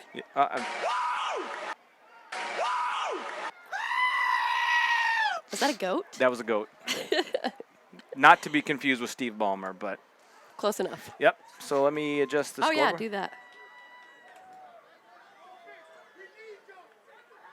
So 14-13 is your score. Let me see if I can get the. There Get the we extra go. point. Yeah. Big important extra point right here to try and tie this game up. If you're scoring at home, the Invaders have 2 touchdowns. Pioneers only have 1. So snap, the set, and the kick is up. And it is good. So just like that, your score is now 14-14 after the Invaders hit on the big play and tie this one up with a big touchdown pass, 75-yard touchdown pass from Constant Jackson from Javante Johnson. And so let's do a read. Let's see, where are we at in our reads? We did that one, so do this one, please, ma'am. All right, yeah. Glacial Peak Cryotherapy provides whole body cryotherapy, which is the use of ultra low temperatures for the purpose of quick muscle recovery and medical therapy. The client is placed in a cryosauna for a short duration of 2 to 3 minutes, which lowers your skin surface temperature significantly, stimulates those receptors. So if you're looking for improved health and fast recovery, cryotherapy is your answer, Jace. That's Glacial Peak Cryotherapy. How low? Ultra low. The lowest of the low. How low can you go? Oh, yeah, we do. That's right. So just like that, momentum swings to the other sideline. It's one of those ones where that's the second time tonight, at least second time tonight, I've seen Constant Jackson beat his man down the field. But you just got to have Johnson have enough time to be able to get that pass out there and lead him enough to run underneath it. Constant Jackson, one of the fastest guys in the league, was able to run underneath that one, take it to the house for 6. Franco saying that was pretty. Tailgate Master saying, oh my heavens, that was fantastic. I would have to agree. Absolutely. So Lazan Tahir set to kick this one away now in a tie ball game with 10:52 to go in the third quarter. A little bit of a pooch kick there. It's going to hit down and out of bounds at the 28-yard line. That'll Is be that that'll be a flag. Yeah. When it goes gonna- out of bounds? Yep. Oh, I It's knew going to that. end up I think at the 40, I believe. I knew that. I just made sure you were paying attention. Yeah, right. Yeah. They either make them re-kick or St. Paul has the option to take the ball at the 40-yard line, I believe. And they might actually be making them re-kick. So a lot of times teams will take that. The re-kick? No, they will take the penalty, which puts the ball at the 40-yard line, I believe. Okay. But I think the Pioneers obviously feel that their return game can make something happen and is close to making something pop, as the kids say. I don't know if the kids say that, but we'll just pretend they do. Another hip term. from Trying to be Chase. hip. You know, it's hip to be square, too. I do like that song. I know. I'm so old. Tahir kicks this one away once again. Taken by the return man at the 15-yard line. Follows his block to the outside. Penalty flag is down. Antoine Phillips wraps him up, takes him down at the 30-yard line. We'll see what the penalty is. Personal foul, chop block. Ooh. What? That's not a normal call on a defensive play. Because somehow, let me see if I can explain this, and I'm not even sure if I'm doing it right. One player has to be engaged, and another player goes down low and kind of trips the said player. And so it's kind of 2 guys involved in that to create a chop block, and I believe that's a 10, maybe even a 15-yard penalty. So that'll be marked off to the end of the run that was out to the 30, so that'll mark it off 1st and 10 at just outside the 45-yard line of the Pioneers. So it looks like that re-kick did go in their favor after Yes, all. it did. I mean, it was a minute change after it went out of bounds at about the 28, and they got it out to the 30, but that penalty adds 15 yards onto it. Let's go, D! So 14-14 your score. St. Paul with the ball now once again. Geedham fakes the pass, throws his pass out. Pass is caught over the middle by Murray. They mark him down at the 45-yard line of the Invaders. That'll be a 9-yard gain on the play. 2nd and 1 now. It looked there for a moment that the Invaders were going to get some pressure on Geedham. But he was able to rifle that ball over the middle to Murray. Gained 9 on that play. We'll set up the Pioneers offense. We'll see if they try and take a shot down the field, something a bit deeper, or if they'll just try and hand it to Sims and be more concerned about getting that first down. And they will take a pass. Pass is caught and incomplete. Dropped that time. After the nice catch by Murray in the previous play, this time he drops it. Bring up 3rd and 1. We'll see if the Pioneers go to that jumbo formation once again. I can see Jeff McCaster looking at his coach wanting to get out there and play fullback. I don't think they need to really go to that jumbo package. At least right now, anyway. Sims with 63 yards rushing on the day today. Hand off to Sims this time, but he's taken down in the backfield. Gets back just short of the line of scrimmage. Anthony Antonio and fellas, buddies, whatever, compadres. Team. What else we got? I don't know. Fellow Invaderites. Partners. Stop him back in the backfield. Brings up 4th down at midfield. Big stop right there. Big stop there. Elstead comes out to punt this one away at 4th and about 2. They did fake once, though. So yes, they faked once. We'll see where Sims lined up. If he gets closer to the line of scrimmage, you got to be concerned about him getting the direct snap. And he does. And they take him down short of the first down. There'll be turnover on downs for the Pioneers. Invaders get the ball at near midfield. That time, I don't think there was much trickeration to. They were ready. They were ready for that one. I mean, it also looked like Sims was kind of sneaking up closer towards the line of scrimmage so that he could hurry up and get that ball and run it up the middle.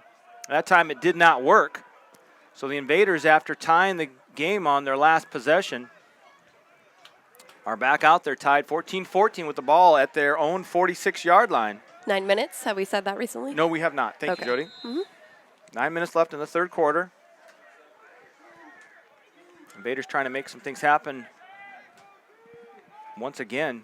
Ooh, sorry. That's all right. Javante Johnson rolls out to his right, pass it out, and I believe that is dropped. Yep, pass intended for Brandon Jones. Interesting statistic so far tonight, Jody. Mm-hmm. What? Mr. John Bowney has not caught a pass tonight. I mean, they make it difficult for him because, of course, they know him. Try to prevent that, Yeah. right? John Bowney, one of the most difficult matchups in this league when it comes to the receivers. I know the coaches voted on All-Stars this week. Oh. We'll see how many from each team are selected. But John Bowney is quite the weapon in the NFL. Johnson swings it out to Brandon Jones. Has to make a move just to get back to the line of scrimmage. He'll be taken down to the backfield. Trying to run that bubble screen to the outside with Brandon Jones with John Bowney and another receiver trying to block downfield, and that did not work. So a loss on the play of 3 brings up 3rd and 13. We'll see what Coach Zach Stitch dials up here on 3rd and long. I would prefer something that gets a first down, but that's just me. I agree with you. Thank you. Took a lot of time for me to come up with that take. So 4 wide receivers set for the Invaders.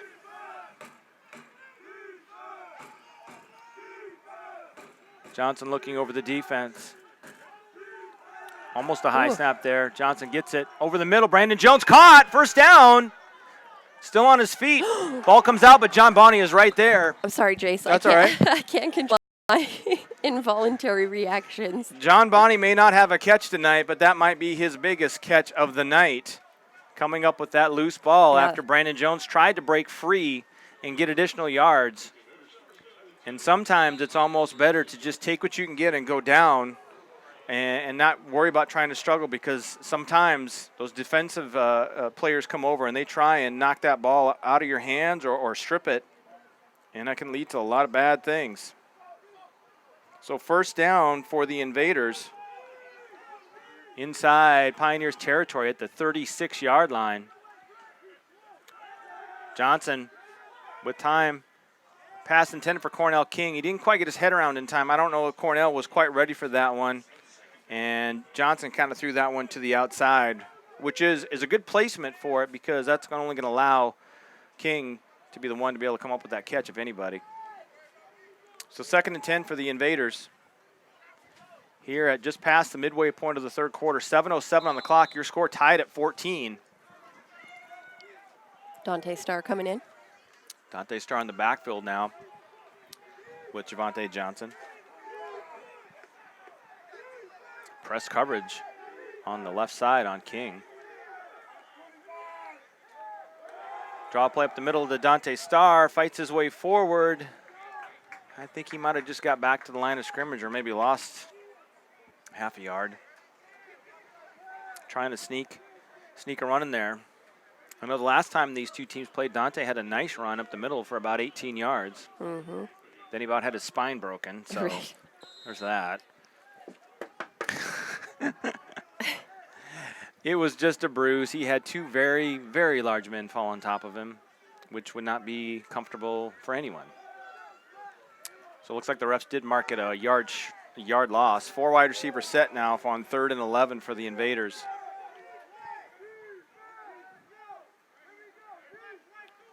Johnson looking to pass, steps up in the pocket, jukes one man, and gets down. Gains about 4. Should be 4th and about 7, I believe. And they are at the 33-yard line, I believe. So that would be a 50-yard attempt, and I don't know that the coaching staff is going to try the field goal here. It's that no man's land as far as kicking game goes in semi-pro. You've got some very capable kickers, but at the same time, their range might not be 50-plus. So this puts it, just like the Pioneers have done, in a 4th and 7. Let's see what they can come up with. Johnson looking. He's got time. He's going to roll to his right. Throws it one deep down the field. Overthrown. Got a flag. There's a flag. Penalty flag. I think we might have roughing the passer They along hit the him side. late? Yep. And if that's the case, that's going to be 15 yards and an automatic first down, I believe. Otherwise, if it's on the Invaders or something, we'll see. Hopefully Javante's all right. Is he still on the sideline? Yep, he's Do you standing want right to there. go to, are we? No, he's fine. Okay. Oh, He's up. I get nervous, Jace. I know, me too. Last year, obviously, for Invaders fans know that Javante got hurt down towards the end of the season, and we were forced to use backup quarterback Nick Jackson. That's Nick, but it's Mr. Jackson if you're nasty. Oh, God. You knew that one was coming. Yay. This year, our backup quarterback situation is, I believe, Brandon Jones. Nick Jackson was able to go off to retirement from semi-pro football. Not that there was any big fanfare of that. We had a number of players that played their last year. Hopefully they were watching, tuning in tonight on the broadcast. So 1st and 10 inside the 20 for the Invaders. 4 wide receivers set. Pioneers shade that safety over, looking to double cover John Bonney. High snap. And I tell you what, you think that snapping that ball is easy, but trust me, I tried it at practice the other day. Got to keep your butt down and not try and overdo it and try and get it back there too fast, because then you just rifle it over your quarterback's head. So since I was doing that at practice, at least Javante's got some practice, so he was ready for that. Because yours were terrible? Because mine were terrible, Okay. Absolutely. So a loss of 10 on that play. So 2nd and 20 now for the Invaders at the Pioneers' 29-yard line. would like to see the Invaders get a good 10 or 15 yards if they want to at least attempt a field goal here. As we are sitting with 4.5 minutes to go in the third quarter. Constant Jackson wide to the left this time. Johnson gets the snap this time. He's going to throw this one over the middle. John Bonney caught over the middle inside the 5. First and goal, Fargo. I think you could kind of think, maybe they were up to something, putting Constant Jackson all wide left along with John Bonney, making that safety decide, are you going to double John Bonney on a post pattern, or are you going to worry about help over the top with Constant Jackson? So now it's first and goal for the Invaders at the 3-yard line.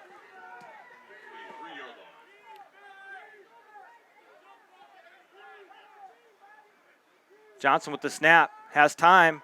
He's going to run this one, going to head for the end zone. Into the end zone, touchdown, Fargo, you betcha! Johnson with his first rushing touchdown of the season. Sorry, I was trying to clap out the window so that it wasn't on the... You're supposed to be running the iPad. I'm sorry. I got distracted here. I can't contain my excitement. That's all right. That's all right. So as we've seen in some of these games for the Invaders, they've had good third quarters. The problem has been in the fourth quarter, so we need to continue this momentum and keep knocking on that wood. So with 3:38 to go in the third quarter, your score 20-14 with Lazan Tahir set to attempt the extra point. Snap, the set, and the kick is up and is blocked. Uh-oh. Nope. There's no, we don't have that rule in this league. Right, dead ball, right? Yep, Dead ball. it's a dead ball there.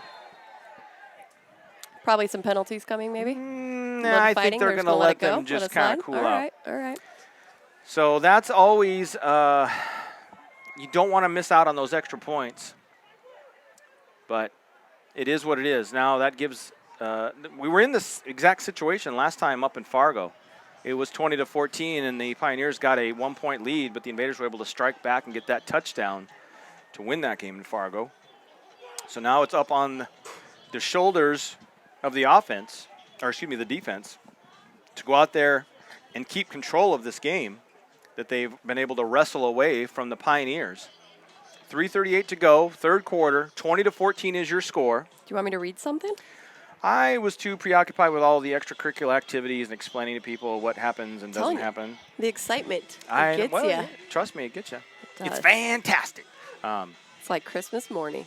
So a couple rules that the NEFL has not taken over from the NFL has been the extra point from the 15-yard line, participate and be a bigger part of the game. Tahir kicks this one off, end over end kick to returnman there, taken at the 17-yard line by DeBose, spins and taken down at the 34-yard line. So the Pioneers will set up their offense at their own 34-yard line. You know, we might actually have to turn on that light to be able to read some of these. But I can't adjust the light, though. It's just on or off. I can't dim it. It might actually make the screen better. I'll keep an eye on it and see what happens here. We'll get a read next break we have. So tons of excitement in the third quarter for the Invaders. As we've said, they've taken third quarter leads against Sioux City twice. Against St. Paul, they took the lead in the second quarter last game. Geedham with 4 wide receivers. Handoff to Sims, running to his left. Invaders defense needs to be sound in their tackling. Hit and wrap up. Don't just throw that shoulder into somebody. So second down, gain of about a yard on that play. Yard and a half. You think if I told us people who what energy drink I was drinking, they would support us and give us some money to sponsor us? I mean, you can hope. I can. It never works out well. I mean, that radio station you work for never mentions us, so whatever. Trips to the right this time for the Pioneers.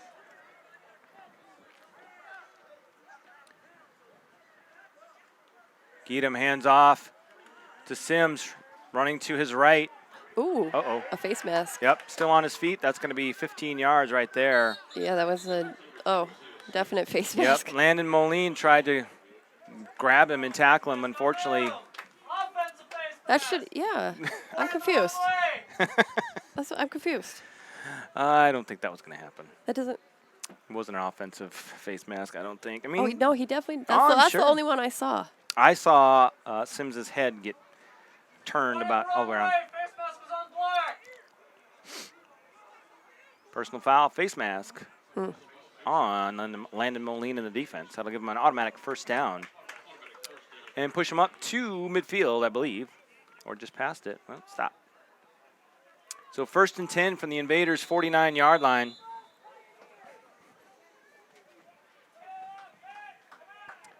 .227 and counting on the clock here in the third quarter. 4 wide receiver set once again for Geedam.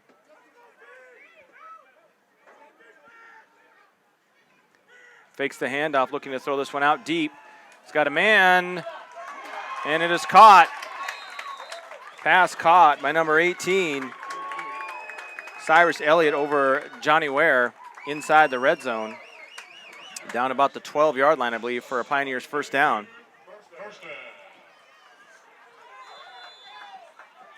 It's one of those things you cannot keep giving this St. Paul Pioneers team opportunities to make plays.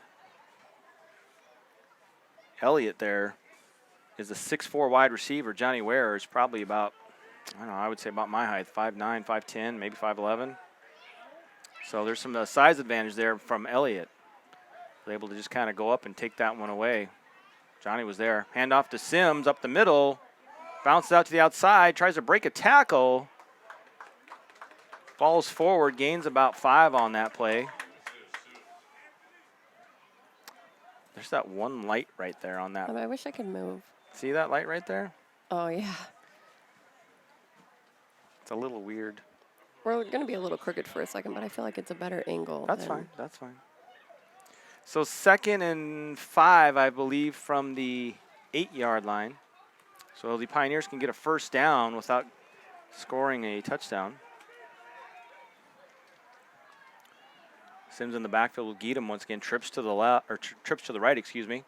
Handoff right up the middle by Sims, taken down inside the 5. Stopped short of the first down. It'll be 3rd down.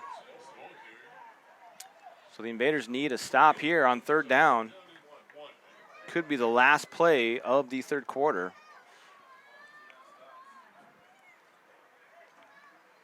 And Geedam looking at the sidelines. They might let this one run to the end. Like I said, if we had a play clock, we would at least know how much time. So now they set the ball in play. So 20-14 is going to be your score at the end of the third quarter. Fargo Invaders lead on the road in Burnsville, Minnesota. And we'll be back for fourth quarter action after these words.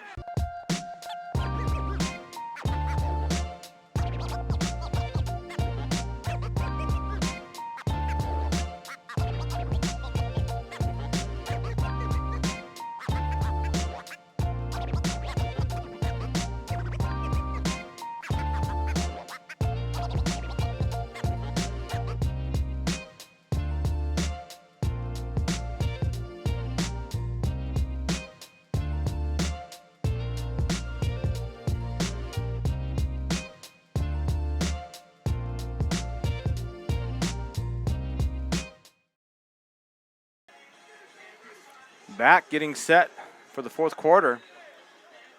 Pioneers with 1st and goal at the 4-yard line of the Fargo Invaders. Invaders need to force a stop. Excuse me, not 1st and goal.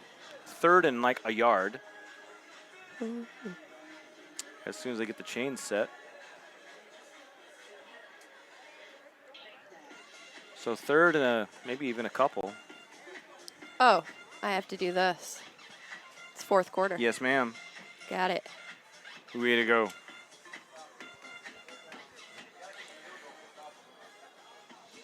So Invaders need to be aware of, obviously, Isaiah Sims or possibly Jeff DeBose on that jet sweep. Right about now would be a good time to watch Derek Alexander dart into the backfield and stop him for a couple-yard loss. I would be all in favor of that. I'd be all in favor of a gap pick. pick six. That'd Yeah. be cool too. We haven't had one of those in a while. Yeah. I could It's definitely time. go for one of those. Let's go, team! So 4 wide receiver set for Geedham, third and short inside the 5-yard line of the Fargo Invaders. DeBose in motion. And there is false start on the Pioneers. That'll back them up 5 yards. They'll make it third in the list a little bit more, a little more difficult. Should be about 3rd and 7, I think. And fortunately or unfortunately, it looked like that play was not going to work. It would have been nice if they would have given us the choice of 5 yards or incomplete.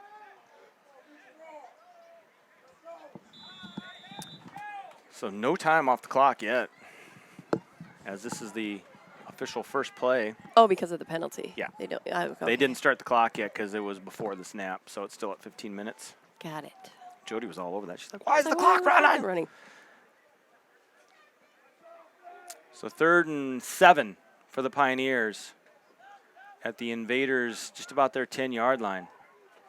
4 wide receivers set for the Pioneers. Geedham looking to pass out to his left. Pump fakes, throws it over the middle. Pass is broken up. 4th down. Nice defensive play by the Invaders. So 4th and 7, and the Pioneers are going to send out the field goal unit. Ellisted will have a chance to cut this lead in half. These playoff games and these games in general that are very close, I should probably watch how much energy drink I drink. Oh, are you too energized? A little bit too energized, a little nervous, a little heart fluttering and palpitations. Maybe not palpitations, but still. I'll knock on wood for that There too. you go. Here's the snap. Low snap, set his kick is up. And is no good. So the second field goal missed of the day by Ellisted. And it's hard to see from up here at this angle. But unfortunately for the Pioneers, that's their second missed field goal. And those 2 field goals could have tied up the game right now. So after all that action right there, only 10 seconds off the clock, and the Invaders will take over. I believe they start at the 20-yard line. Is that correct, Mr. Presnick? Matt, He's busy. we start at the 20? Here, you want me to read while you do that? Yeah. I'll read. can Okay. pick Where, one where are we at? Oh, you could probably do Dots Pretzels quick. All right, Or no, let's do it. FargoChairRental.com quick. Oh, let's do that. FargoChairRentals.com. Meet your event needs from chairs, tables, even a little extra shade. Contact Blake Weedman. Sorry. Hashtag Invader Elite. That's what you got to say. Hashtag Invader Elite. That's your discount. Penalty flag. Penalty flag. We'll see what the penalty is. It might be false start. So 14:45 on the clock. Looks like we. Backed up 5 yards. I don't know that guy's hurt. I would was say gonna he say, it might looks be like having a an injury. cramp. Oh. Illegal motion. Thank you. When I ask where we got the ball, you ignored me. But now when I say the wrong penalty, you're all over it. See how he is? He's that type where he's going to correct you when you're wrong. But you ask him a specific question, then No answer. he just ignores you. I wonder if his wife would agree. Probably. I don't know. We'll have to see. So we do have a person down. You wanna and go to, Well, I want you to do a read. A read? Yeah, All right. Try the Dots Pretzels for We me. can do that one. Dots Pretzels. Dots Home-style pretzels are a special family snack created many years ago by Dot in her family kitchen. The first taste says it all. These pretzels are an addicting gourmet snack loved by many all over the country, but you can find their delicious pretzels in Fargo at Cashwise, Shills, and Vintage Point. That's Dots Home-style pretzels. These pretzels are making me thirsty. Do you remember that Seinfeld episode? Is that what that was? Yeah. All of them were saying that line. I don't think they can see the game at that angle. Well, per I was se. just moving. I know. Well, I was moving in case because of the injury, and I don't want to just Yeah, sit on the it's camera. I'm yeah, trying that's to be fine. respectful here. We're a ways away, and it's just a cramp. I can tell they were stretching that calf muscle out. I mean, Are making me thirsty. Thank you. Next time I'll get you a microphone so we can all do that in the booth together. Exactly. That's what she said, Matt. family show. Family show. Well, Franco's not here, so I got to make the. That's what she said jokes. when I can. All right, let's see. Anthony Sanders limping off, had that cramp. He still looks like he's cramped up a bit. So we'll see who comes in to replace him. Franco said she did say that. Yeah, exactly. I don't know if you heard what Pesnick said, but we'll just imagine. Coming through in the clutch, Matthew Franco. 4 wide receivers set for Johnson. Slant pattern over the middle to John Bonney. Puts his head down. 4 Pioneers need to bring him down. Gets out to the 25-yard line, so that's a gain of 10. How? That seems a bit after the whistle. No flag? I don't think they're going to call it. So that's a gain of 10. Will bring up 2nd and 5 for the Invaders. 14-20 and counting, so clock's running. Not happy with that one, Jace. I know. It's one of those things, I mean, this when you consider this is semi-pro, do you really want to, give out really unnecessary penalties for just kind of some back and forth between a couple players? I mean, you don't want to have the referees influence the outcome of the game.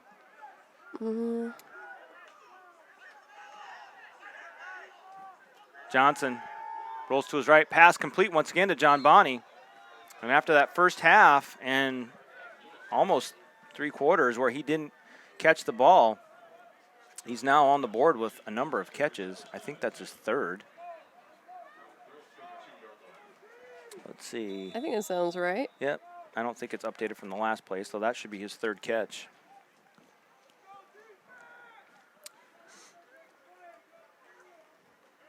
So 1st and 10 for the Invaders, leading 20-14 here in the 4th quarter in Burnsville, Minnesota, against the St. Paul Pioneers. Dare I say, Upper Midwest semi-pro royalty. Handoff to Dustin Lindgren, tries to keep the defense honest. There's nowhere to go. Loss of 2 on the play. It'll bring up 2nd and 12 for the Invaders.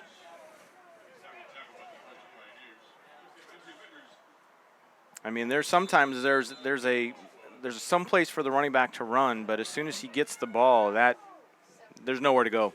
And it's hard to be consistent in the running game when your running back is trying to fight just to get back to the line of scrimmage. I think, is it Leonte Ball? Yep, looks like Leonte's in the game now. Yep. Leonte back in the backfield. He hasn't been back in the backfield in a little while. So 4 wide receivers set, 2nd and 12 for the Invaders at their own 30-yard line. Johnson, handoff up the middle, fakes the handoff to Baldwin. Penalty flag. Johnson's just going to run this one out of bounds.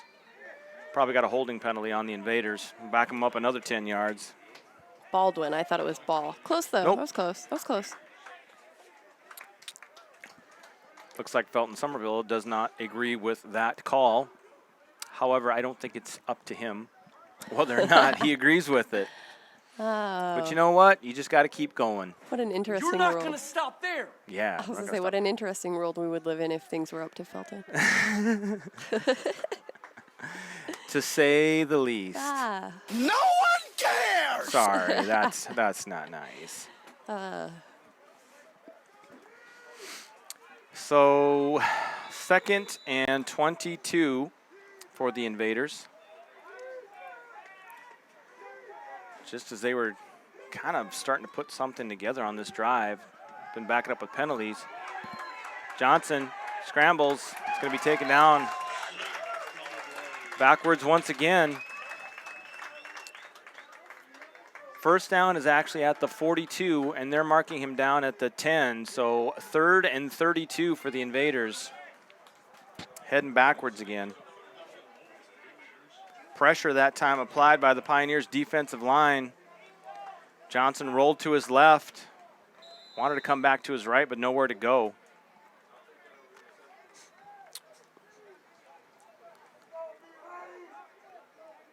So we'll see what coaching staff dials up for 3rd and I think this is technically a country mile.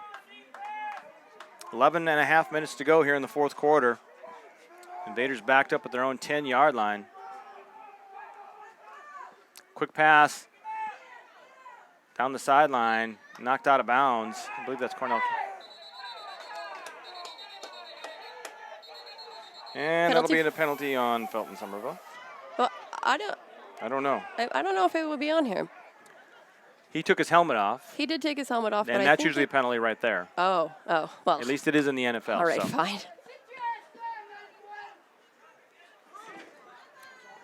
So a little extracurricular activities between the two players.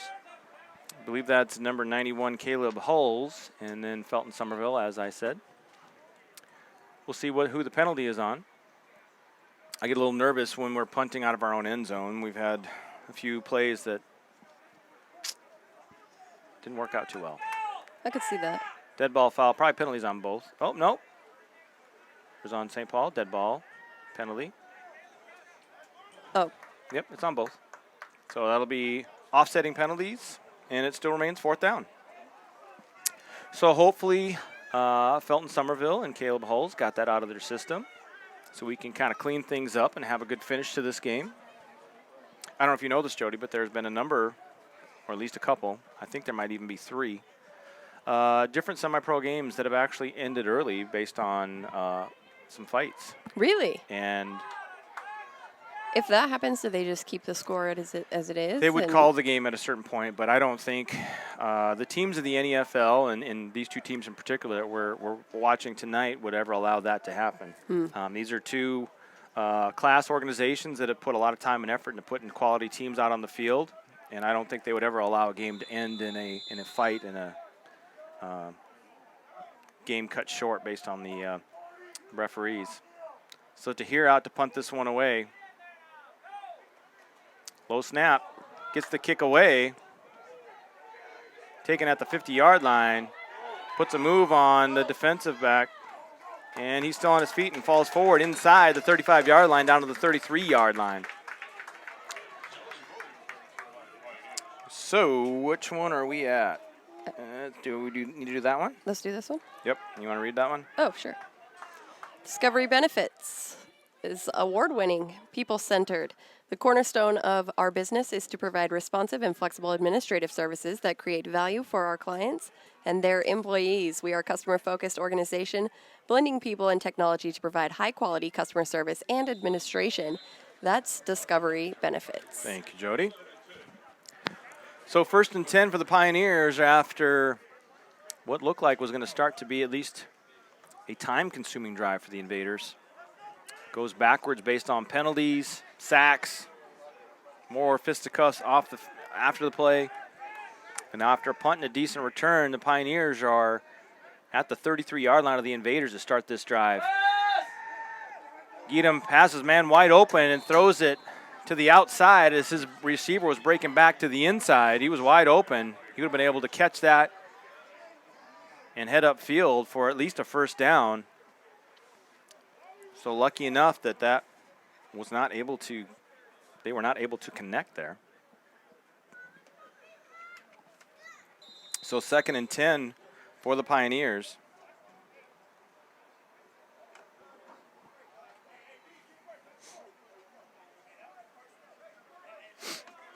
So 2nd down and 10. Geedam handoff to Sims, trying to get over the left-hand side, but taken down right at the line of scrimmage.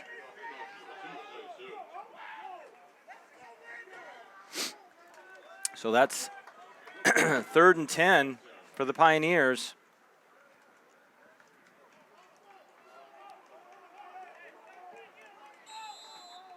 Once again, I want to congratulate our friends from the Tri-City North Stars who will be playing in the MPFL Championship game next weekend in Little Falls, Minnesota. Take on the winner of Bismarck Moorhead and Lakes Area. So 3rd and long for the Pioneers. Invaders trying to force a punt. Geedam, pass. Missed tackle once again, another missed tackle, but taken down short of the 1st down at the 29-yard line. And I believe the Pioneers will probably go for it here rather than try to attempt a long field goal. Last update we have is Stampede 20, Northland Bulls 6. I believe they were somewhere in the 3rd quarter. We haven't heard an update. Last game down in Sioux City, that was a wild one, a 48-41 shootout between the two teams. So 4th and I believe 6.5. Long 6, short 7. 4 wide receiver set for Geedam. Looks over the defense. Snap, fakes handoff, quick pass. Out to DeBose. Invaders need to bring him down, short of the first down. Ball comes out, but he recovers it. Either way, Invaders stop them, and they will get the ball back. So a nice stop with 9:01 to go in the 4th quarter. Fargo gets the ball back and a chance to get something going on offense to try and run this clock and try and get towards the finish line, which is not an easy thing to do. We had 2 touchdowns, I believe, in the last 2.5, 3 minutes of that game in Fargo. So you got to wait till that clock hits triple zeros. 23-6 Stampede in the third. What is it now? 23-6. 23-6 down in Sioux City after 3 quarters. 5 wide receiver set this time for the Invaders. Johnson got to step up in the pocket, nowhere to go. It'll be taken down for a loss, sacked on the play. Invaders tried something different there, brought out 5 wide receivers.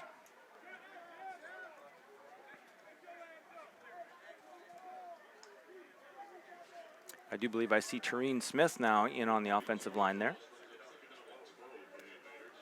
So 2nd and 12 for the Invaders.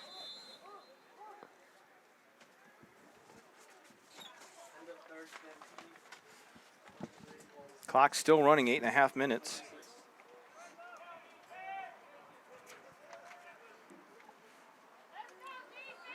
Four wide receiver set once again for the Invaders. Dante Starcheck's in the backfield to line up alongside Javante Johnson. Johnson rolls to his left, throws this one out deep, tries to get to John Bonney, throws that one out of bounds. I'll take that instead of any kind of interception. Johnson has taken control or taken care of the ball this game. Yes. Whew, my nerves are bad. Yeah, no, me too. I feel like I've drank a few energy drinks and I haven't. 3rd and 12 for the Invaders at their own 28-yard line, 27-yard line. For 3rd and 12. 8:02 on the clock here in the 4th quarter.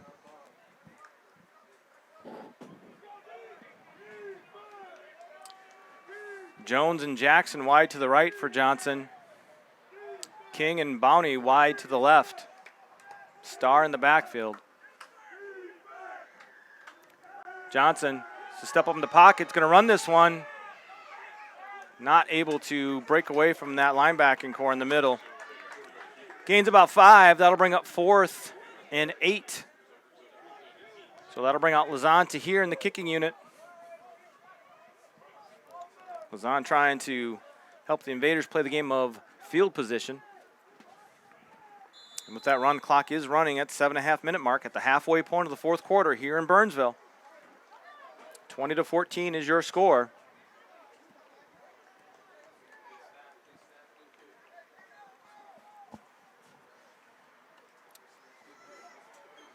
Derek Alexander making sure everybody gets set, taking their time. Team gets lined up for the punt. Snap to Tahir. Gets a kick. Good kick, end over end. Turn man takes it on the run and then taken down by Kevin Turner-Williams at the 46-yard line of the Pioneers. I believe that was Kevin Turner-Williams, am I right? Yes, I am. KTW. Let me see. Do one on the, yeah. Let's do one of those. Let's do the bottom one. Okay. Go ahead. Widmer Roll CPA. Picture a Widmer Roll CPA logo, if you will. From entrepreneurial and business consulting to audits and tax planning, we offer a wide range of accounting services for small businesses. Whether you're starting a new company or have established operations, our experienced professionals can help you focus on building your business. That's Widmer Roll CPA. So 1st and 10 once again for the Pioneers. Starting at their own 45-yard line. Geedam looking to pass out to the left. Throws this one. Pass was tipped. Almost intercepted. Yep. Landon Moline was closest person there, making a break on it. Could not get both hands up to try and make a play on it. So that brings up 2nd and 10. Clock stopped with 6:54 to go in the 4th quarter.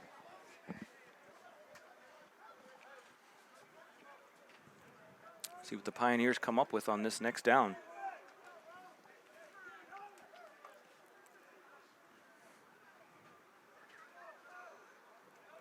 It's a good time for the Invaders defensive line to put some pressure on him, force him into a bad throw.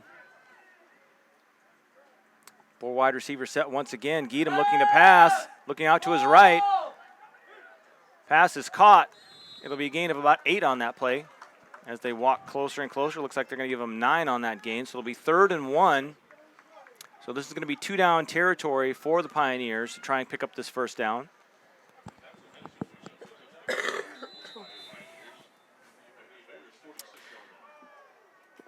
So we'll see what they come up with on 3rd down if they try and run it, or if they try and throw something and then go for it on 4th down if they don't get it. Just at the 6:15 mark. Once again, as I've said throughout this game, St. Paul takes their time,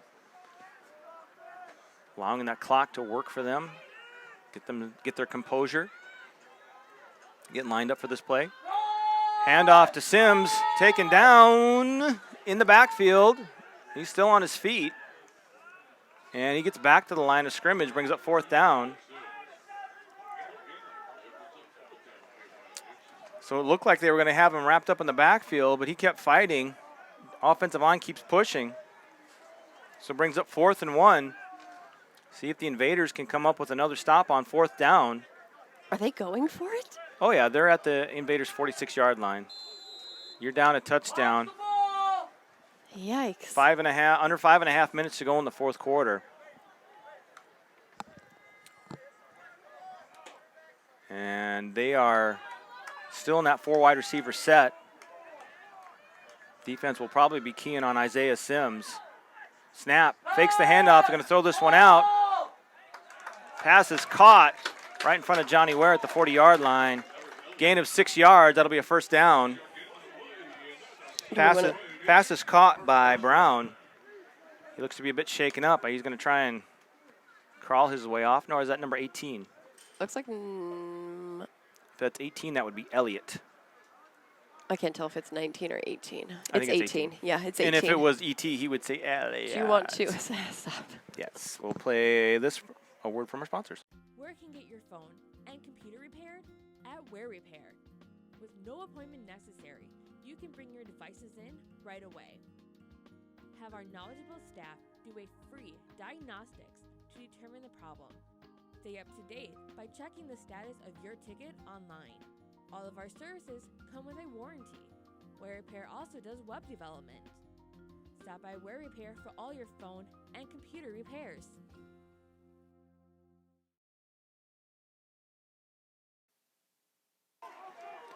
Back after that quick break. It was Elliott who hobbled off. Hopefully it's just an ankle, not a knee.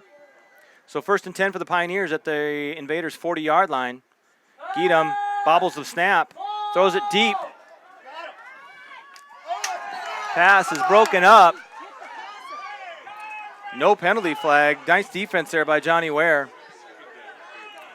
So 4:21 to go on the clock. Pass broken up. So 2nd and 10 for the Pioneers at the Invader 40. I wish they'd stop throwing in that corner because I can't get it on camera. Yeah. Do the best you can. Try I trust me, when I was trying to run that iPad when you were not there in Sioux City, I believe, that there's a lot of plays that the fans missed when I was trying to turn the thing. I mean, I debate on just picking it up and sticking it out the window, that's but fine too. just my luck, it would drop. Yeah, just don't drop it. That's all I ask, because then we might lose the broadcast. All right, then we'd really be in trouble. Trips to the left this time for Geedam. 2nd down. Geedam handoff to Sims.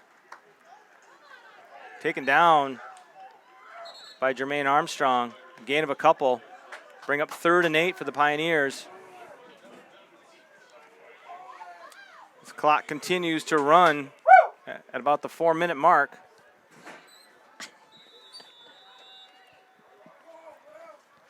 Third and 8. Invaders trying to get a stop, get the ball back.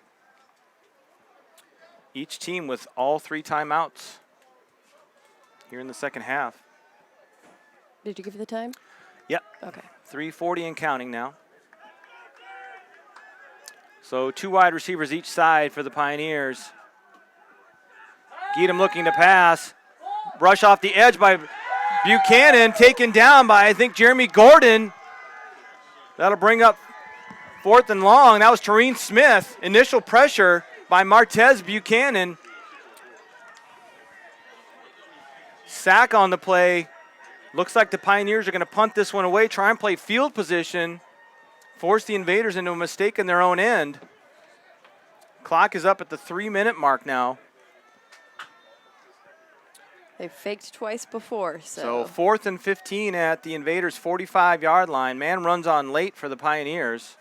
Oh, they're actually just going for it. I thought they were going to kick off. No, they're punting it. Oh, The they punter's are? back Okay, there, yeah. okay. Snap back to Ellisted. Gets this kick away. Armstrong's going to let it go into the end zone. Touchback. So that'll stop the clock with 2 minutes and 40 seconds remaining. Now the Invaders need to find a way to get a first down or two and get that clock running. So another word from our sponsors that we'll just do as a read. Okay. Fargo Party Tents. It's an event rental company specializing in wedding rentals, graduation rentals, and corporate event rentals. All kinds of rentals. Tent rentals, table rentals, and chair rentals. How many times can we say rentals in one read? Fargo Party Tents has white, clean tents. If you want black ones or blue ones or green ones, they don't have those. But they've got white, clean tents, tables, and chairs. That's Fargo Party Tents. Did you say rentals? No, I'm just kidding. Yeah. Rental. We'll get a musical break here in the booth, I guess, from the PA. So your dance moves. I'm too nervous to dance. 2:40 to go. Too nervous. Invaders need to put a time-consuming drive together right now. Johnson, quick pass out to Brandon Jones. Gets to the outside, has a block. Running hard, and it's going to be enough for a first down. That's just what they needed. A quick swing pass to Brandon Jones. Gets the first down, keeps the clock running. I think this clock is going to continue to run all the way to the 2-minute warning, and they set it in motion now. So 20 seconds are going to come off the clock, and it'll be the 2-minute warning with Invaders at 1st and 10, and with the Pioneers with all 3 timeouts in their back pocket. I'm a mess, Jace. I can't sit still. I know. My heart is racing. And I already always stand up and walk around, pace back and forth during these games. So I don't know if I get my steps in or not. I mean, it's cooler now, and I'm sweating like it's Yeah, noon. I know. Well, I got the Invaders red shirt of mine on, and it doesn't breathe very well. So 2 minutes to go in the game, folks. 20-14 is your score. Fargo leads late in this game. We'll have a quick word from our sponsors. We did this one, and we're going to do this one. We'll be right back.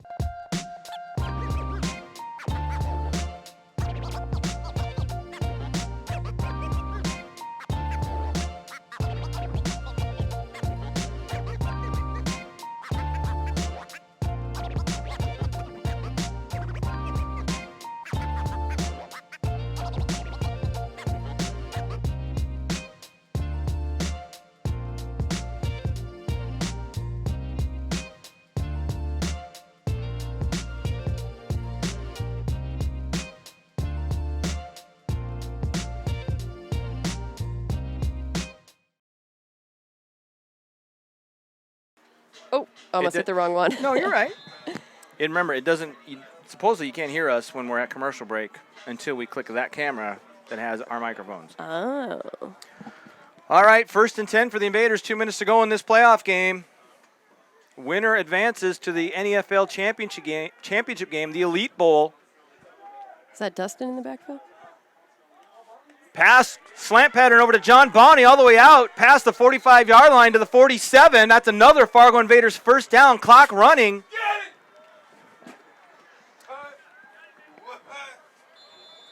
Nice play call there And the quicker picker himself, John Bonney, picks up the first down. Coming up on about a minute and a half to go in the game. Invaders need to keep that clock running. Pioneers, no doubt, are going to start calling timeouts.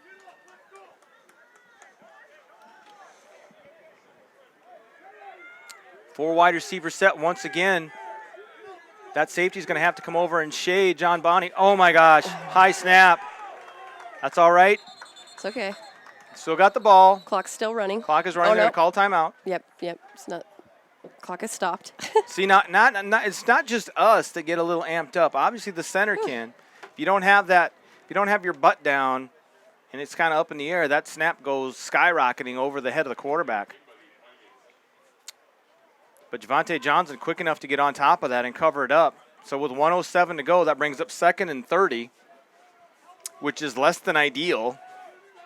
I would not be opposed in this situation to line up with the quarterback under center and hand it off to the running back. We'll see what the Invaders offense decides to call.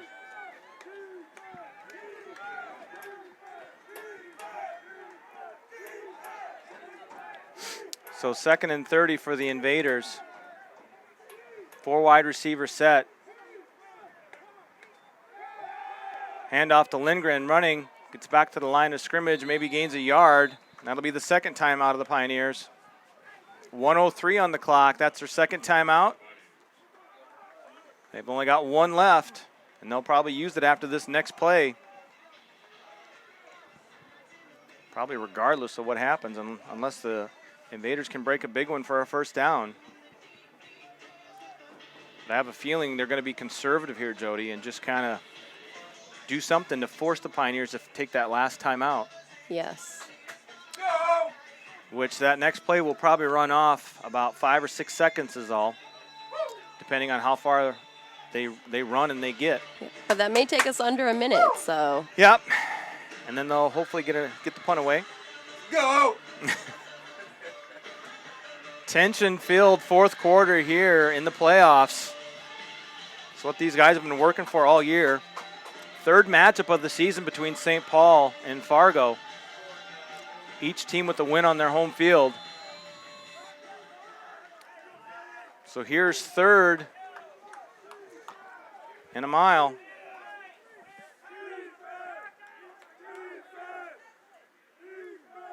Ooh. Offsides, by the defense. And that'll give them 5 yards. We're down to 59.2. 59.2. I do not know. I suppose.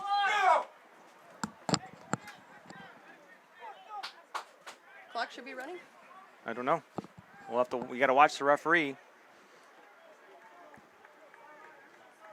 Guess not. Still sitting at 59.2.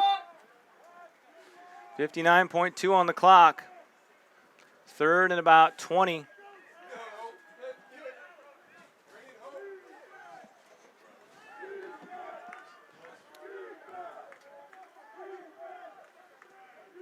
Fargo Invaders offense.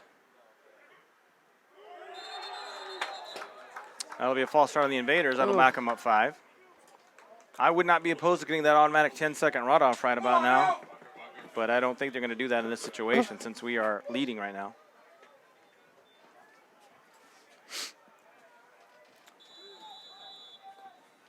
So 59.2 seconds to go here in the fourth quarter. Invaders trying to get a snap off here and at least force the Pioneers to use their last timeout.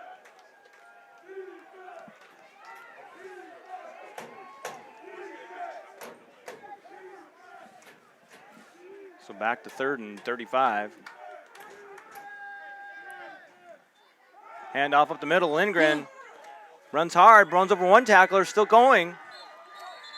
And gets down at the 42-yard line. Nice run by Lindgren. Longest run of the night by a running back out of the backfield. That's 52.6 seconds left on the clock, and it's 4th down. So the punting unit will come out for the Invaders. Need to be sound in the kicking game. Need to make sure everything goes well. Do we want to try to squeeze in? Not right now. Okay. Not right now. I don't want to do it. Can't do it. Of course, now they're gonna have this big long break or something, and we Right. could have done something. I mean, I can't even breathe, so it's fine. So 4th and about 15, I think. 4th and 14. After the Pioneers' last timeout, they are out of timeouts. Invaders have all 3 of theirs. Whew.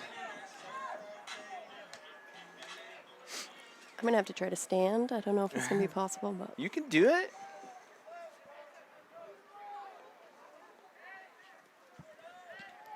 So Lazantier's out to punt this one away.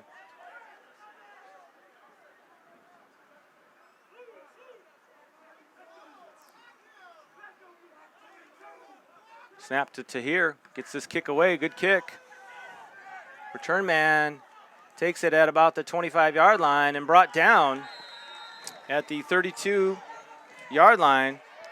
So the St. Paul Pioneers need a touchdown to tie this one up. 44.3 seconds to go in the game. Important time right now for the Invaders defense. Have to keep everything in front of you. But a Geedam interception would be a nice way to end this one. For the Invaders defense, that is. Ooh. Sorry, stuck on cords over All here. right, you're all right. So 1st and 10 for the Pioneers. Geedam with 4 wide receivers. Looking to pass. Pass this one out over. Passes in and out of the hands of his receiver. Pass intended for Anthony Baguette. We're down to 39.9. 2nd and 10 for the Pioneers. I wouldn't want to say they're going hurry up, but they're getting ready, hurry up back to the line of scrimmage so they can hurry up and be ready to go. 39.9. 4 wide receivers set for the Pioneers. Geedam looking to pass over the middle out to the same side. Hit and taken down at the 40-yard line. Clock still running? Yep, can't stop it. So that's 3rd and 3, excuse me. 3rd and 3 for the Pioneers. Clock running under 25 seconds to go in the game. Geedam calling out instructions to his receivers. Looking to throw it to the same side. Pass is incomplete, intended for Sims. 16.7 seconds to go. 4th down. Pioneers need a 1st down to keep this game going. Let's go deep. Invaders defense, if they can come up, force an incomplete pass, they could end it right here. Jace, you're so calm, cool, and collected. I'm not on the inside, Jody. I am not on the inside. Let's go, G! Let's get a sack! I might cry. 16.7 seconds on the clock. 4th down for the Pioneers. Do or die time right now for them. At least for them, that last play in an incomplete pass, which stops the clock. Watch the ball! Watch the ball! No free play! They just need to make sure they don't jump off sides here. Geedam looking to pass. Looking out to the side. Pass is incomplete. That is incomplete. That is a turnover on downs. Fargo will take over. 16.7 seconds to go on the clock. Just need 1 kneel down and can get out of here with the win. Pull the upset in St. Paul, or technically Burnsville. No bump for me? Not yet, not yet. That's true. Anything could happen. Anything can happen after last possession when they had it almost snapped over Javante's head. Okay, that's another knock on wood. Yep, exactly. This is going to be victory formation. They're going to have Javante under center, and just take a knee would be my preference because they don't need to worry about running any time. Pioneers cannot stop the clock. 20-14 is your score. 16.7 seconds. Invaders call timeout to make sure they get everything lined up just right, hopefully for this last snap of the game.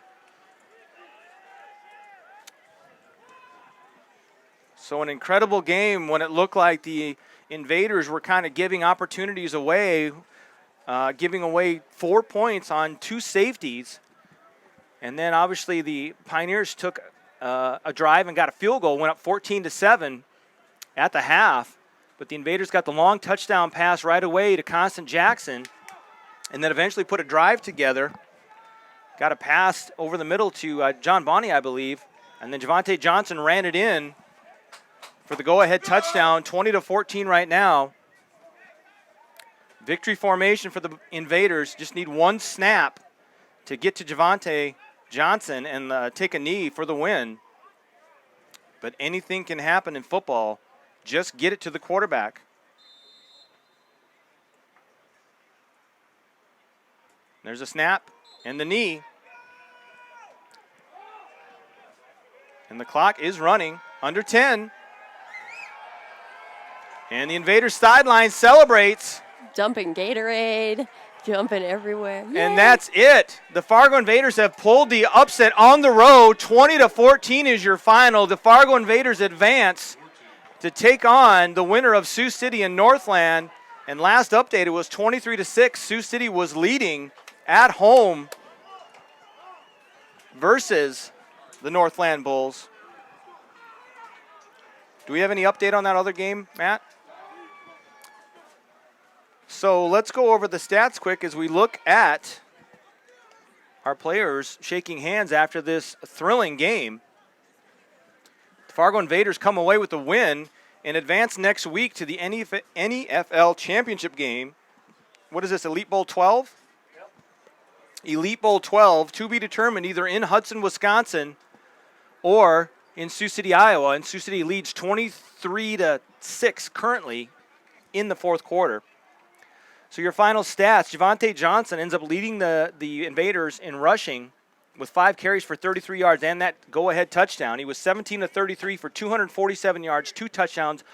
Key statistic, no interceptions today. Dennis Geedem severely cut down on his interceptions today, but was 15-36 for 187 yards and 1 interception. The Pioneers' rushing attack was led once again by Isaiah Sims, 24 attempts for 74 yards and a touchdown. Fargo Invaders receiving, Constant Jackson had the one big catch for 75 yards and a touchdown. Cornell King had that touchdown in the first half, 5 catches for 46 yards and a touchdown.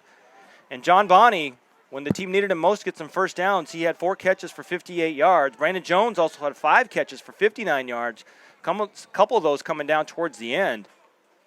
St. Paul Pioneers were led receiving-wise by Cyrus Elliott, who went out late in the game with an injury, so hopefully he's okay. He had 6 catches for 80 yards. Defensively, the Invaders' defense was led by Vinny Holmes had an interception today. Tackles, Derek Alexander had 7. Anthony Antonio had 8. Sacks on the day, Tareen Smith had 1. Jeremy Gordon and Anthony Antonio split 1. For the Pioneers' defense, they were led on defense by Ryan Samore, had 7 tackles total. Sacks today, a sack and a half for Caleb Holes, and for NEFL legend Jeff McGaster had a sack and a half to go along with 4 tackles, and what has been told to us as the last hurrah for him. Kicking-wise, Lazan Tahir was 2 for 3 on extra points. Eric Elstead was 1 for 1 on extra points. And he was 1 of 3 in field goals, which obviously those 2 field goals are critical because that would have been able to tie the game up. So little did we know, we had belief in ourselves, Jody, but we will be headed, or at least right now it's looking like we'll be headed to Sioux City to take on the Stampede for the NEFL championship game. Yeah. Invaders corrected their mistakes, didn't shoot themselves in the foot, and ended up with a win, a big win on the road. And so... Is it possible to change it to final? I don't think. Sorry, mid-sentence. That's all right. That's fine. So, Jody, are you excited to take a trip down either to Sioux City or to Hudson, Wisconsin next week? I can't wait. I'm ready. My bags are packed already.